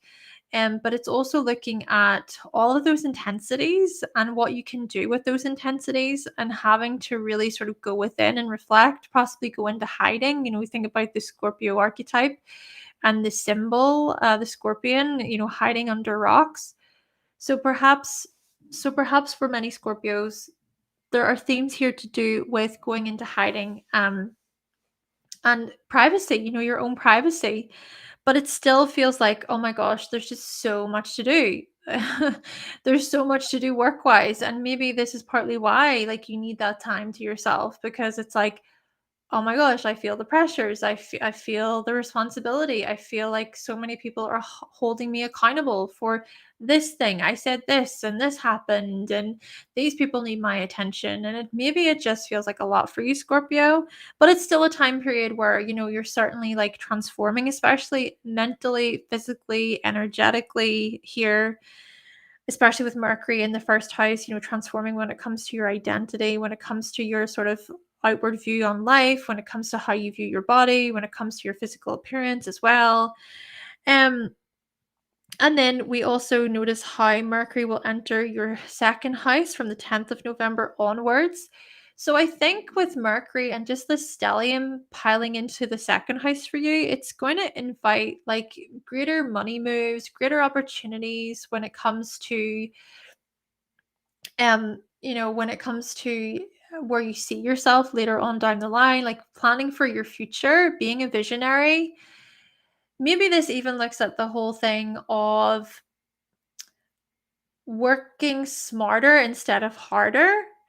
Thinking about how you can plan for the future, but make it last, to make it grow, to make it expand, but without so much energy, and maybe the first house stellium is it's actually a blessing in a way, because it's a good opportunity for you to kind of assess, what can I energetically do? And maybe that second house energy is going to activate the part of you that goes, okay, well, how about like I think bigger? How about I think of the different opportunities that exist? How about I use what resources are around me? Explore different territories. Like, why not? Why not take that risk? Why not explore something new, Scorpio? It's this type of energy. And Mercury in the second house can look at those conversations related to those matters. Now, the new moon in Scorpio will happen on the 13th of November. So, yeah, Scorpio, this is going to be a new moon in your sign. So, I think that this is looking at planting new seeds to do with your future, your life path, your physical appearance, your physical condition, thinking about the body. I mean, the first house is so much about the body and our physical condition, and that's even tied to health. So, yeah, getting right with these things, or just planting new seeds when it comes to like a new major chapter in your life as well, or like a big transition in your life. And then the Mars CAZIMI is going to happen here on the 17th/18th of November in your first house. So again, I would say with this one, similar to what I was saying with Cancer, this could be like a sort of window of conceiving. Okay, this can be a window of like having children, or this could even be a time period or a window of like an identity change, like a major shift with respect to your identity, with respect to your life path as well. Possibly even like feeling motivated in a whole new way, driven in a whole new way, getting insights about your energy levels, getting insights about your motivations and your drive and your will and this type of stuff. So that can be really insightful for you, Scorpio. And then we notice here on the 22nd of November, the sun will enter your second house, and then Mars will enter your second house on the 24th of November. So that's stellium, kind of going back to what I was saying.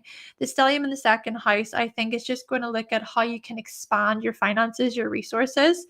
I think a lot of you Scorpios are going to be like pretty inspired to like go the extra mile, or pretty inspired by like something like new, something very new upon the horizon, where You're using your foresight, you're using your ability to think ahead, to look ahead and go, right, this is where we're going to go. This is where what I'm going to get to, and to reach that, and just feeling like really motivated, inspired, uplifted, all the Sagittarius energy here.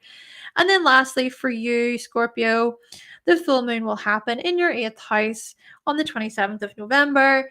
Interesting to think about, with Gemini in the 8th and then the full moon opposite all this, the second house stuff, because I think this is going to look at, again, it goes back to the financial piece, but more so investments, taxes, loans, debts, this type of stuff, these areas, shared resources, how you can use shared resources to get you ahead, to think then in a smart way, in a logical way about shared resources and what you can do in terms of even spending there, making investments as well. And then as well, I would say this can indicate shining a light on any sort of intimate discussions that should be had, especially regarding like your emotions or the emotions of others, or regarding even something very sensitive as well. If we think about the 8th house, even looking at like more of those psychological elements. Okay, so moving on to Sagittarius. All right, so Sagittarius, this is actually going to be quite a big month for you. Of course, this is your season. We're coming into your season in November, and I just want to say to you, Sagittarius, happy birthday. Happy birthday. Okay, so Saturn direct in your 4th house, Sagittarius. So for the past few months, you have been reassessing like the foundations and the structures related to home, family, your emotional well-being, your emotional responsibilities, who you're responsible to emotionally, um, and who is it that you're accountable to as well when it comes to emotions, anyone that you're looking after, anyone that you are caring for as well. So moving forward in this like mature, somewhat more rational way, and seeing, right, okay, this is what I've learned and this is how I've grown. And then we notice here that Venus will be in your 10th house from the 1st to the 8th of November.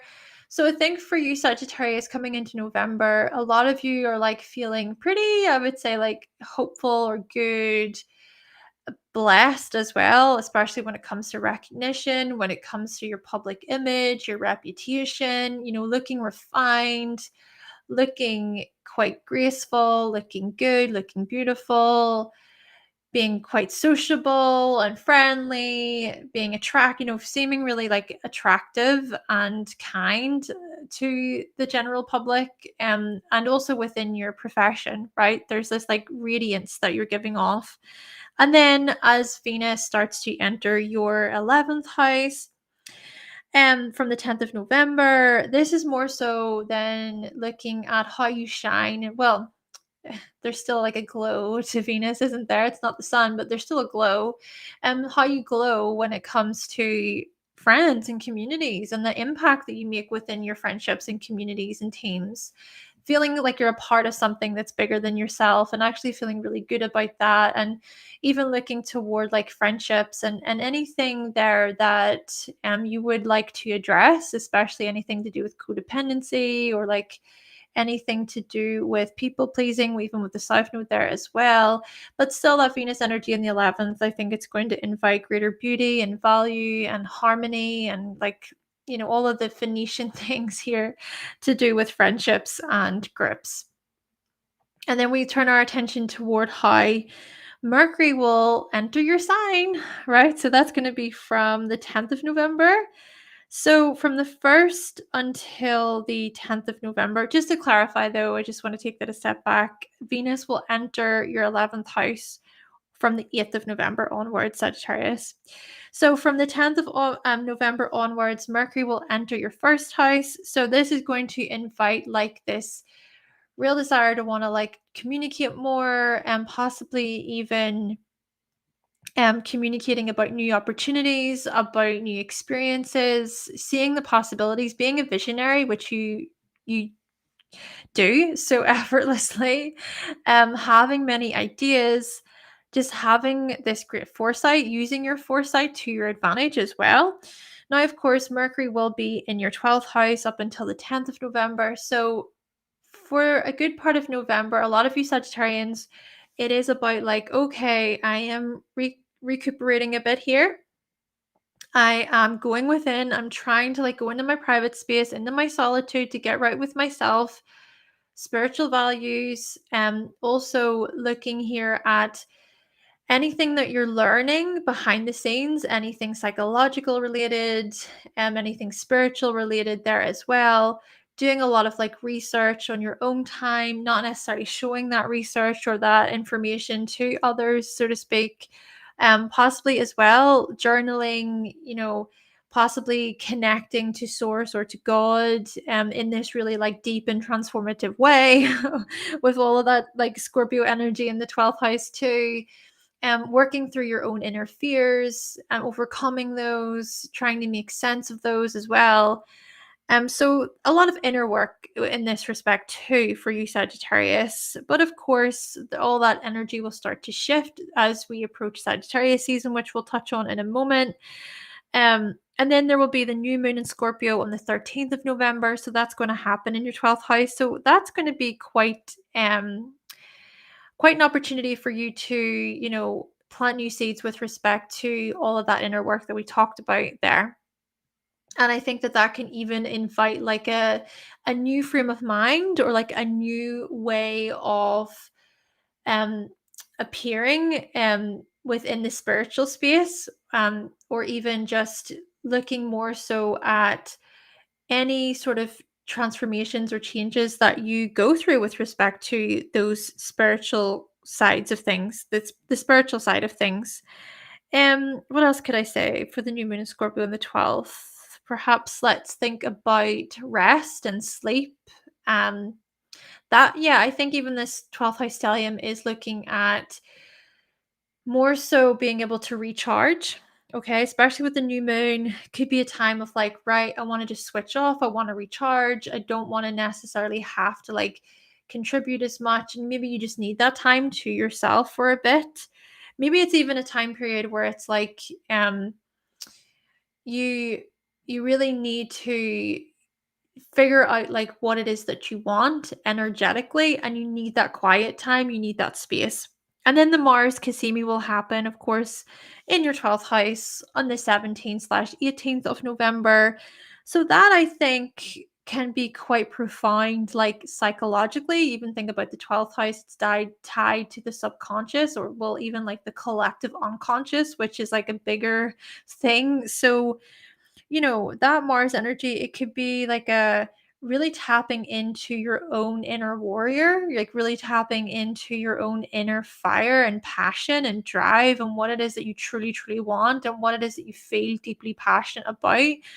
And that stuff could very well be tied to something that's, well, it's maybe much larger than you, or it's maybe something that's tied to the past. It's tied to like a deeply unconscious experience, from childhood, or something that maybe you've repressed, or you've stuffed down there. And maybe there's even like a remarkable release when it comes to that of which you have stuffed down. Anything that you've locked away subconsciously, it could be that there is like a real powerful shift in awareness for you, especially like energetically and physically too. And then, of course, like I said, there will be the stellium in your first house piling up. So the sun will enter your first house on the 22nd, Mars will enter your first house on the 24th.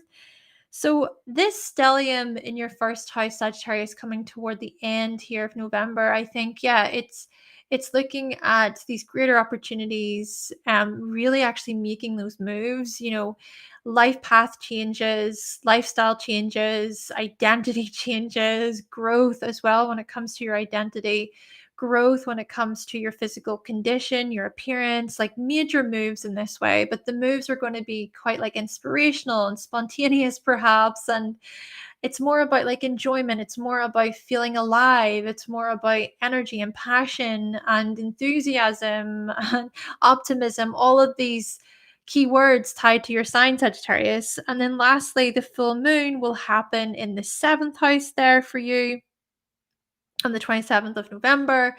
So I do think that for many Sagittarians, like this is quite a big turning point, right? And I think that even the full moon is going to illuminate anything that's quite like contradictory within relationships for you, or looking at any major sort of changes that you wish to make, or possibly being rewarded in some way, shape, or form with respect to clients, customers, networking, working with others, basically.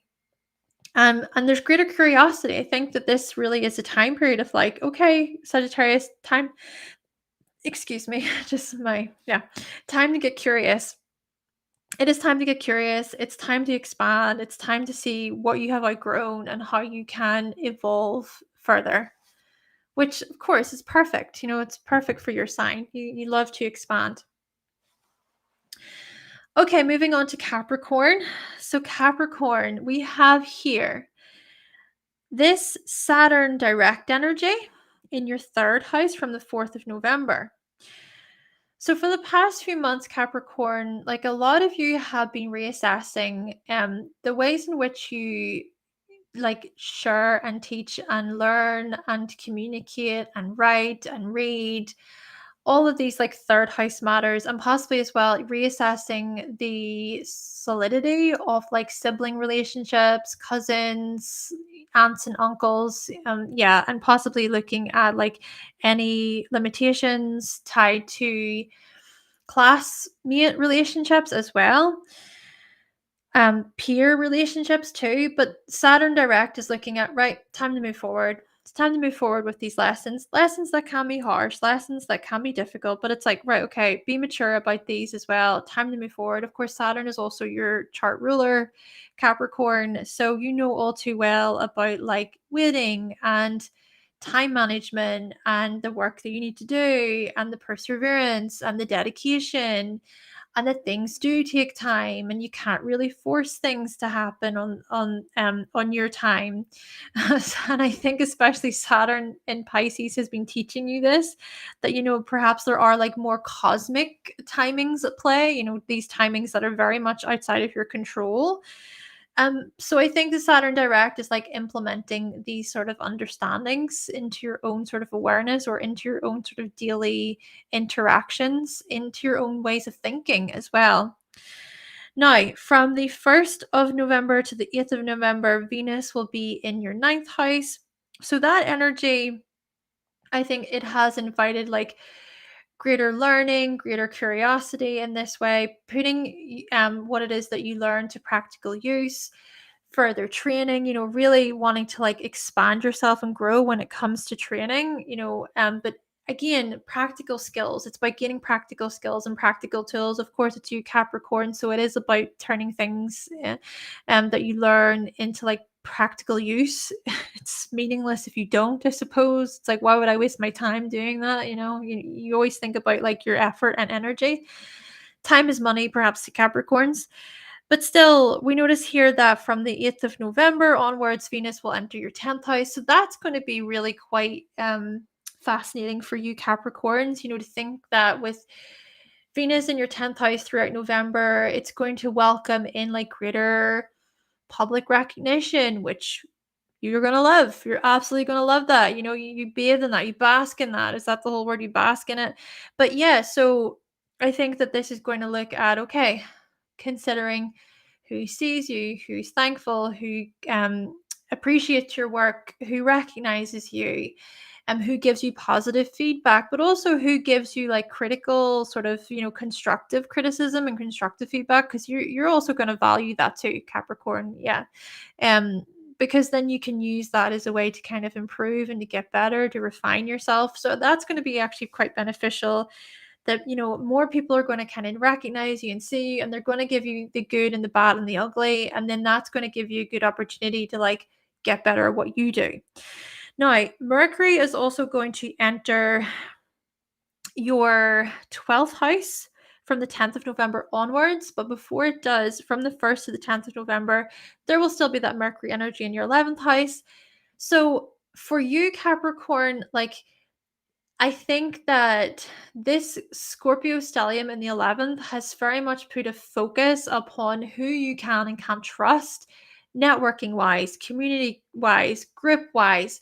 Mercury especially has kind of brought up things of like, wonder why they would say that, or should I be cautious of that person, or I wonder why it would be communicated in such a way. Now it's making me think about it differently. Like, there's just been a lot of really sort of intense discussions that have come up that maybe, weren't considered intense, but maybe for you, it's like you've been reading between the lines, you've been sort of picking up on what hasn't been said, especially within, again, going back to groups and teams, even friendships as well. A lot has been changing for you with respect to friendships, and there's a lot that you've been shedding and that you will continue to shed, Capricorn. Capricorns, you have a big thing to do with like trust. Like, it's a huge thing. And it takes a long time, like similar to that of Scorpio. It takes a long time for you to build that trust. A lot of people may say like, oh, Scorpios or sorry, Capricorns are so guarded and like they have these big walls, and you're like, well, you know, what's that whole thing of like respect is earned, right? It's earned, it's not just given. Like, you need to earn the respect of a Capricorn, and you need to earn the trust of a Capricorn. Sorry, I feel like I just went on a bit of a, a rant with that one. But I hope you can get where I'm sort of coming from with that, Capricorn. So going back to Mercury, Mercury, of course, is going to enter your 12th house. So I think for you, Capricorn, we're coming up to your season after Sagittarius. Take this time, before your season, just to perhaps go inward, reflect, journal, think things through, talk with your therapist if you have one, and talk with your advisor if you have one, and consider as well like your spiritual values, your spiritual needs. You've got that Sagittarius in the 12th house energy, Capricorn. So like a lot of you are really into, more of like those philosophical elements. And I think there's a lot of you Capricorns who consider your faith and your morals very strongly. So I think, yeah, the stellium piling into the 12th house for you is a good opportunity for you to like reassess your morals in a way, or to just to go into your own solitude, right? To go into your solitude and to go over like your ethics and morals, and even your wants, your goals, your desires, these types of things, especially with Mars there too, which we'll get onto in a minute. Um, but just to take this a step back, let's look at the new moon in Scorpio. So that's going to happen in your 11th house on the 13th of November.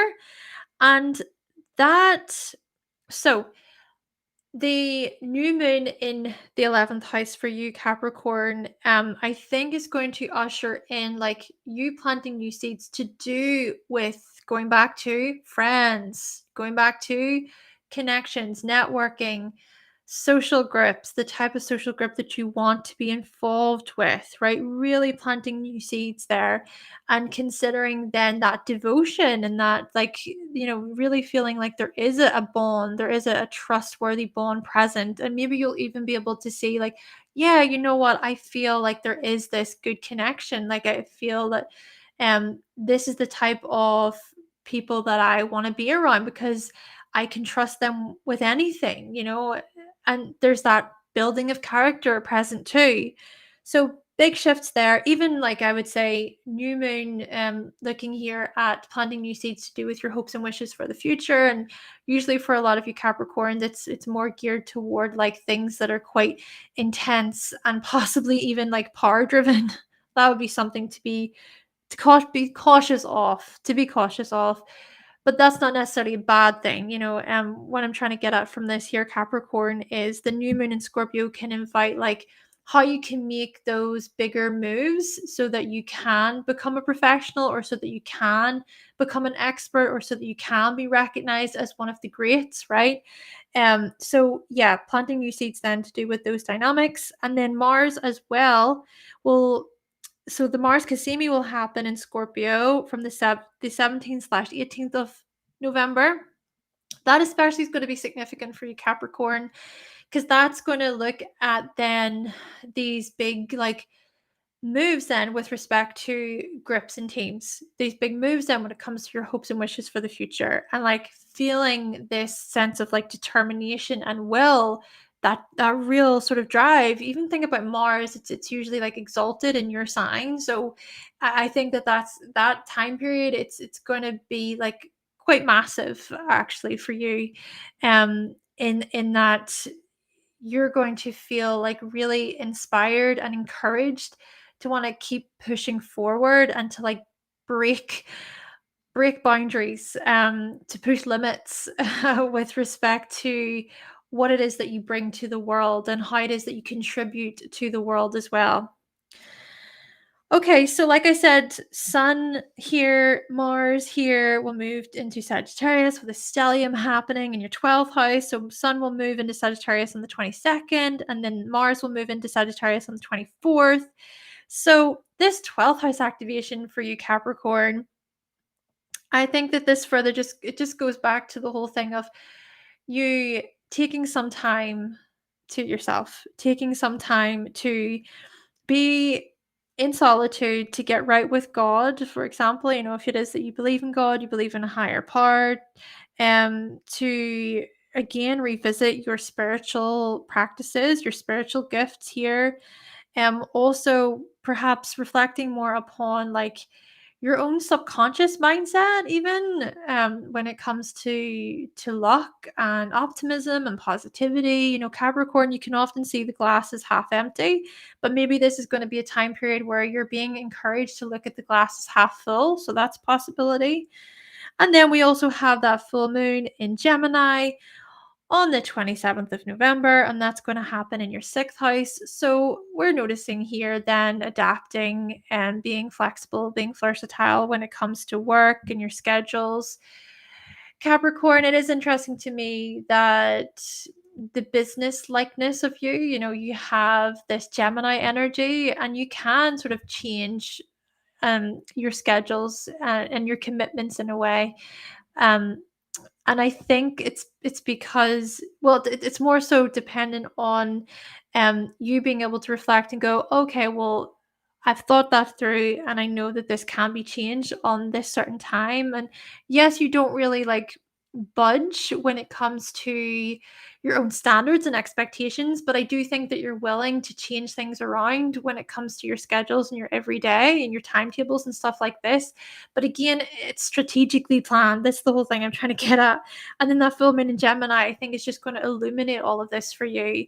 And it can give you perspective. Like, it can really give you perspective about, okay, maybe there is like a new landscape, like a new working landscape that you would like to sort of um, implement. And that can be actually very rewarding and fruitful for you.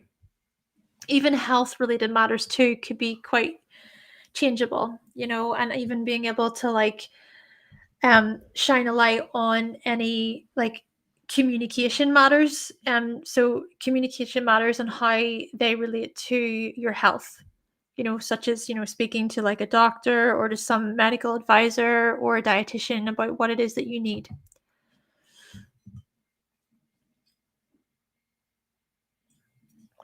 Okay, we've got Aquarius then. So Aquarius, Saturn is going to turn direct in your second house. So for the past couple of months, Aquarius, you have been reassessing the structures and um the structures and the foundation with respect to your finances, your earnings, your spending habits, having to really be mature to what be wise, to grow up when it comes to your spending habits, or perhaps experiencing like restrictions and hardships with respect to these areas as well. But I think Saturn direct is looking at you moving forward with these mature lessons about these areas, and possibly as well looking here at how you can evolve, like how you can grow when it comes to your values too, and looking at like where it is that you don't want to compromise, you don't want to budge when it comes to your values. And perhaps there's something quite spiritual about that as well, and maybe even looking at like your own emotional boundaries with respect to your own values too, and any times when you've sacrificed your own values, that type of stuff. But yeah, moving forward with these realizations. And then we have from the 1st of November until the 8th of November, Venus in your 8th house. So, beginning of the month, yeah, many Aquarians, there's just been a lot of like intense emotions and feelings that have come up, especially when it comes to judgment, ridicule, criticizing. A lot of Aquarians, I think, this month, even now coming into November, you've been really very, very much caught up in your own head. And I think a lot of this stuff even has a thing to say about your own values as well, your own priorities. And again, going back to the sacrifices that you sort of make when it comes to other people. So yeah, I think more overthinking, more being prone to overthinking and feeling restless and nervous and going into your head and picking yourself apart, this type of stuff. But Venus has also been inviting, greater clarity and organization and rationale as well when it comes to shared resources, managing other people's money, looking also at like further investigation, research, diving deeper into your psyche, considering as well like all of the taboo occult like stuff tied to the 8th house. And then as Venus enters Libra in your 9th house, I think a lot of you Aquarians from the 8th of November onwards, I think there's just more of this sociable energy, more of like a lighthearted friendliness. I think it's more about wanting to like yes, share and spread information, but it's the part of it where you're super harsh or critical, it's not as much, and it's more about just living in the moment. Oh, I just want to Martin Aquarius, I know I'm in the middle of your horoscope, but I just need to say this. Martin, you said you looks like you're just on time for Aquarius. Awesome. You said, geez, the internet here has been diabolical today. You're ready to ditch this phone. It keeps happening. Like this is a recurring theme. Danielle experienced this with the internet. There was someone else who experienced it. I can't remember, but there are other people who have experienced this. I've even experienced this with the internet as well. I don't know what is going on. I wish I could explain it, but yeah. Me and Yasmina were on a live earlier and she was like, we've been eclipsed. So you know what? Maybe maybe there's some truth to that. Like we're being eclipsed right now, right? Anyway, so back to Aquarius, Venus, again, in the 9th house. Even I look at this as wanting to like possibly do further training when it comes to something musical or artistic or beautiful. Um, Possibly wanting to further your understanding, further your knowledge about something like law related, related, legal situations, legal matters can come into this here with the 9th house activation. And also as well, I would say possibly like um relating to more people online or relating more people through travel, this type of stuff. Now, Mercury will be in your 10th house from the 1st to the 10th of November. So, this energy in the 10th, along with this Scorpio stellium in the 10th, so many Aquarians are just on this like determination high right now where it's like, no, I am focused, I'm determined, I want to get this done. I mean, I am an Aquarius, or my son is an Aquarius, and I'm on this live and I'm like, oh my goodness, yes, I'm gonna be honest, my body is like it's quite tired, and maybe I'm going against like my whole projector, like energy type. You think about human design, but I'm so determined to get this finished. I'm not just going to go, right, okay, that's it. I'm going to get this finished. So basically, Aquarius, maybe this is the type of energy you've been sort of playing around with, you've been experiencing. It's like, I'm going to be determined until I run this through until the very end. And it's that determination, it's that focus, it's that like, my mind is set on this, okay? Now, Mercury, of course, will enter your 11th house from the 10th of November. That is a much lighter sort of energy.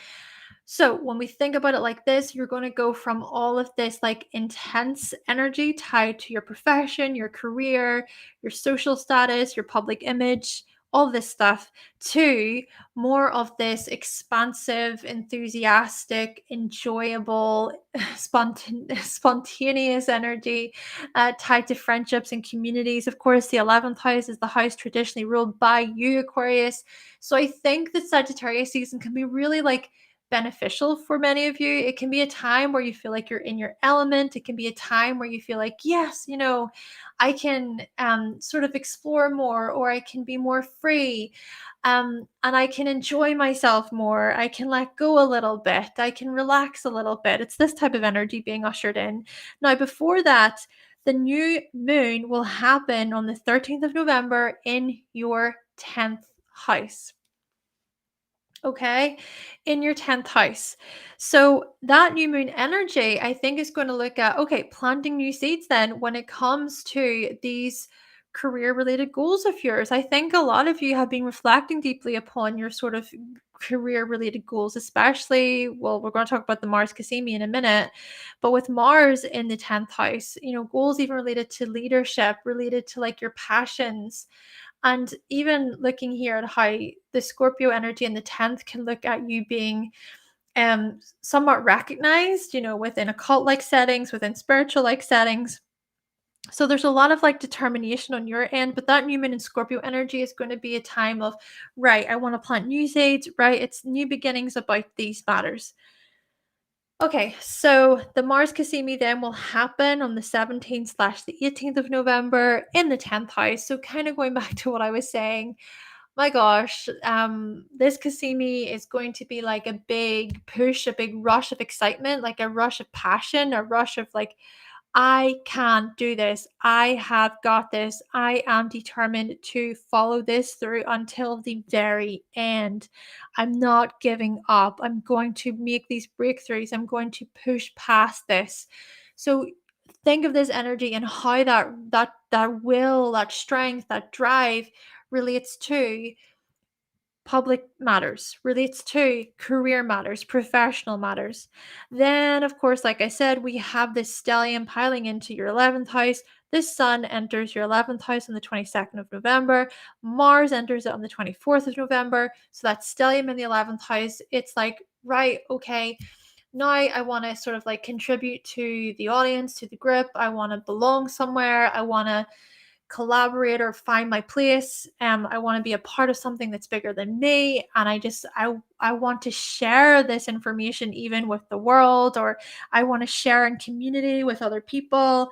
Of course, I mean, Aquarius energy very much about communities. You love to be a part of a community, but it's finding that community that takes time, right? It takes time. But I think the Sagittarius season energy, the stellium, is looking at feeling hopeful, feeling inspired, feeling uplifted and positive. And then the full moon in Gemini will happen in your 5th house on the 27th of November. So I think that's going to invite like some fun, some play, some time off possibly for you, Aquarius, or just like seeing that communication and chatting with people, interviewing people, discussions, all of this stuff can be really enjoyable for you. And it's like, I want more of that. Or maybe you are rewarded for your ability to do just that. Okay, we're getting on to the last sign, Pisces.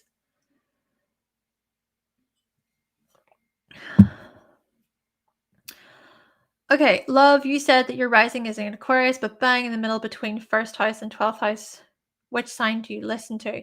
Okay, so we're going by whole sign for the purpose of these readings. So I would just suggest reading for your rising is Aquarius. Yeah, for Aquarius between the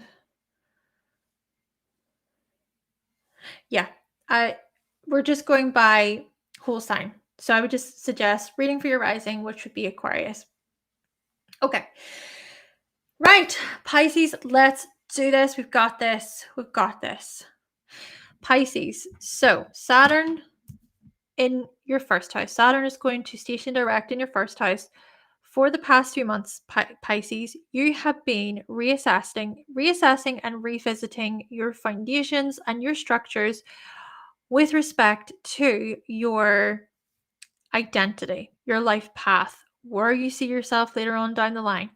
Looking here at your worldview, looking even at how you view your body, your physical condition, how you look after your body, these types of things. Perhaps you've noticed like that there have been some limitations or struggles occurring with respect to these matters, or maybe it's like seeing how solid and secure you are when it comes to these matters. And then, yeah, moving forward with these realizations, moving forward with these lessons in a somewhat more mature, emotionally, spiritually mature way. Now, we also have here Venus in Libra from the 8th of November. That will transit your 8th house. Now, from the 1st until the 8th of November, there will still be that Venus energy in the 7th house. So that has been inviting just more time to like perhaps be inquisitive or to understand like more deeply, more closely someone else, to look at how it is that you can achieve like greater harmony or attraction. Looking even at how you view your own beauty through the lens of somebody else's eyes, accepting yourself, even looking here at how critical, someone being critical toward you and how that impacts your own sort of self image and the way you see yourself too. Maybe as well, this has been looking at like more of the priorities and the values that you place into work relationships, into clients and customers, those types of relationships, and the type of relationship that you really wish to build with your clients and customers, what you wish to contribute, and how things are being contributed to you as well. Where's the share? To be able to share there and to be able to join as well, to join together. Now, like I said, Venus will enter the 8th house for you from the 8th of November. So I think that this is going to be actually quite like a passionate time, like a time of intimacy, emotional bonding, emotional vulnerability as well. Maybe this is a good opportunity, Pisces, for you to like open up about really how you're feeling within your relationships. And perhaps as well to be able to be honest about like what it is that you desire, what it is that you really love and appreciate about your partner or about your friends as well. There's just a lot of like opening up heart to heart stuff we're noticing here. And possibly as well, trust comes into this, like really needing to trust, really needing to feel and experience that bond. Now, the Libra energy in the 8th, it can sometimes be seen as somewhat like superficial or um, only really scratching the surface. But I think in this way, if that starts to happen, that can maybe be a bit frustrating possibly for you, Pisces, because I think for you, you do prefer to sort of dive deeper. But then again, I think Libra in the 8th house reminds you, Pisces, that like there is some sort of on some sort of subconscious level, there is a part of you that like fears that real closeness.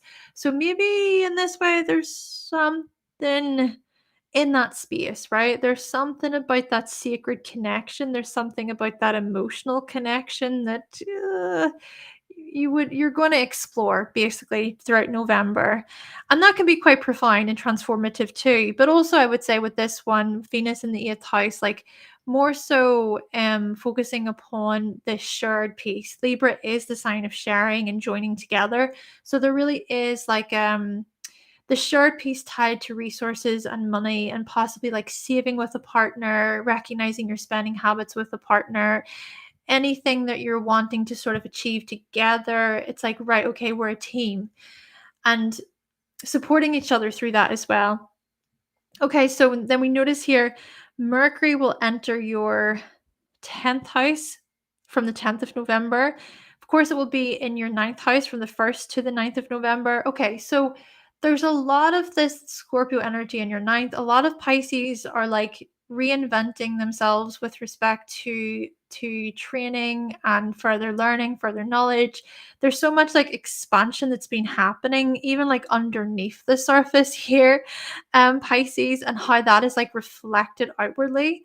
And also, I would say possibly, like I was saying, learning some basically adding to your knowledge, adding to your understanding, but as well, these understandings being tied to, I would say, something more profound. It's like um not just learning something for the sake of it. It's coming from a place of like respect, or it's coming from a place of like, I feel this and I empathize with these people or with this person, or I can see that what me learning this, me educating myself on this matter can be so profound and healing and helpful to not just me, but other people. It's Pisces, it's you, right? So, you're going to always think on this like more collective, unconscious level, more of this like you sit within that spiritual plane.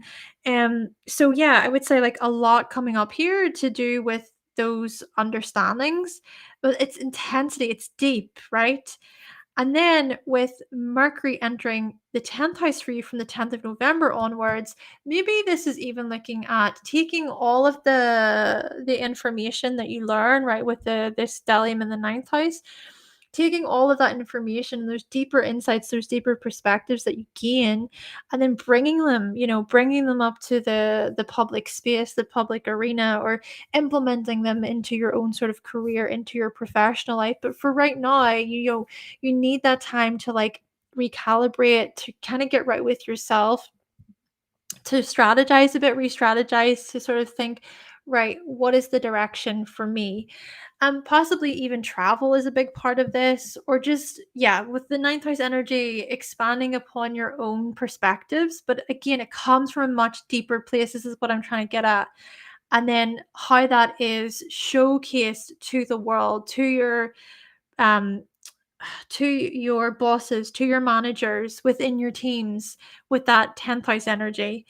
Now, the new moon will also happen in Scorpio on the 13th of November in your ninth house. So, that I think is going to be a good opportunity for you to plant new seeds then, when it comes to like further knowledge, when it comes to broadcasting, publishing. That could be another thing, Pisces. I mean, maybe many of you are wishing to publish your own sort of novel, or a blog post, or posting things online. Broadcasting could be a part of it as well. So there's all of that happening for you. But I think the new moon in Scorpio, again, it's looking here at planting new seeds then when it comes to these matters. But then even like being seen as that like to the point person, that person who can see between the lines, read between the lines, see what people don't see, deliver that information to people in profound ways, and with the shock factor, the shock quality to it. And the new moon in Scorpio could be an opportunity for you to again like set those new intentions to enter into these new beginnings then in this way. It's like you're sort of stepping into and evolving into a new version of yourself. But this new version of yourself, I think, is more like philosophical, it's intellectual. You have these sides to you, Pisces. um yeah, the part of you that somehow can like tap into the collective unconscious, or the part of you that can sort of bring that which is unseen to the world, bringing the imagination down in a way, or um being able to like see the bigger patterns in things, the bigger collective visions in things, and how such things can be, conveyed to the world. It's interesting though to me, because a lot of the times people don't really understand, that. I think that it's more about um other people's own forms of like enlightenment or awareness that plays a role in other people's understandings to you, if that makes sense. I'll say an example, because my Virgo energy is like, oh my gosh, that's far too vague in that way.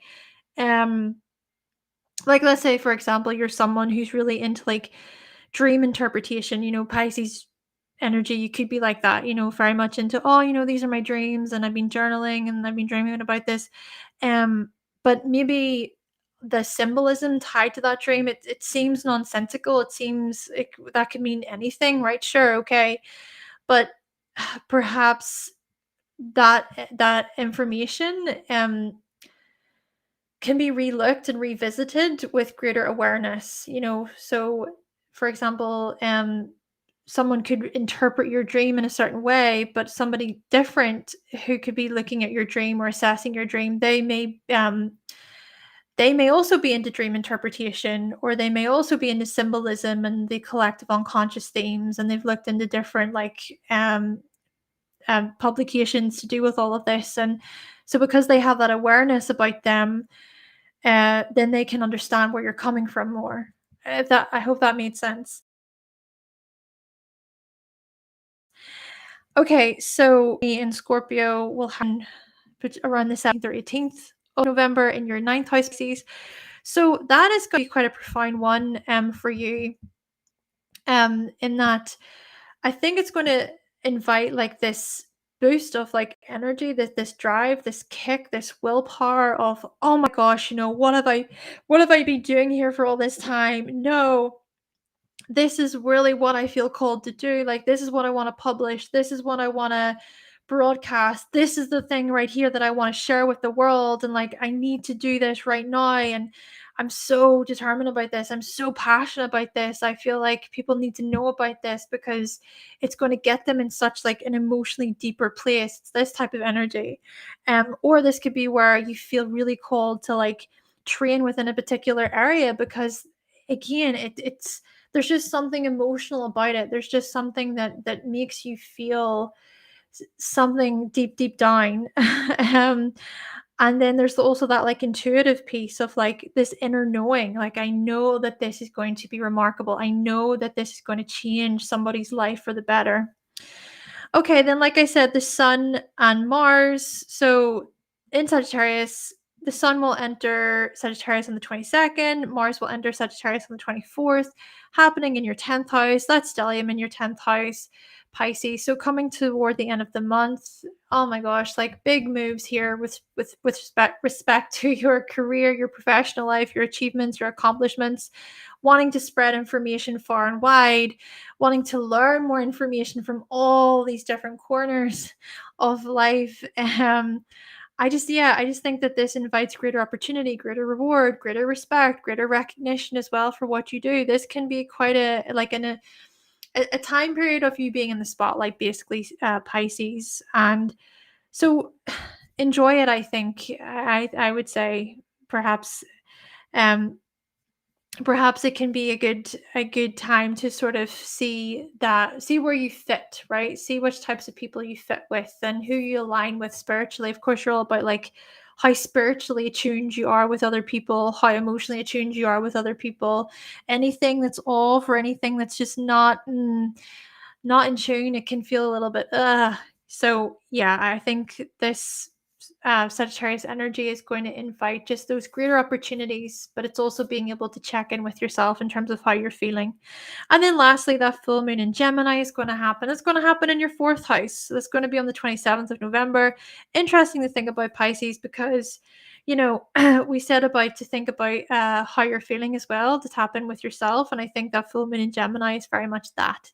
It's representing, okay, well, I'm going to just take some time here to be in private. I'm going to maybe just reap the rewards that I have learned here over the past few years, to do with my own privacy, to do with family and home in these areas. And maybe you just need that little bit of time to spend with family. And maybe even this could look at like having conversations with family members, having conversations within the home about the next big venture, about the next big step for you. That could be that, right? So maybe for a lot of Pisces, it's like there is a new big opportunity up ahead, especially when it comes to your career, when it comes to like progressing within your career there, the next big step up. The full moon in Gemini, it's just a time period of, okay, let me just check this over with my loved ones and see how I feel about it, and what is possible here. Okay. Okay, so that's basically all of the horoscopes for November.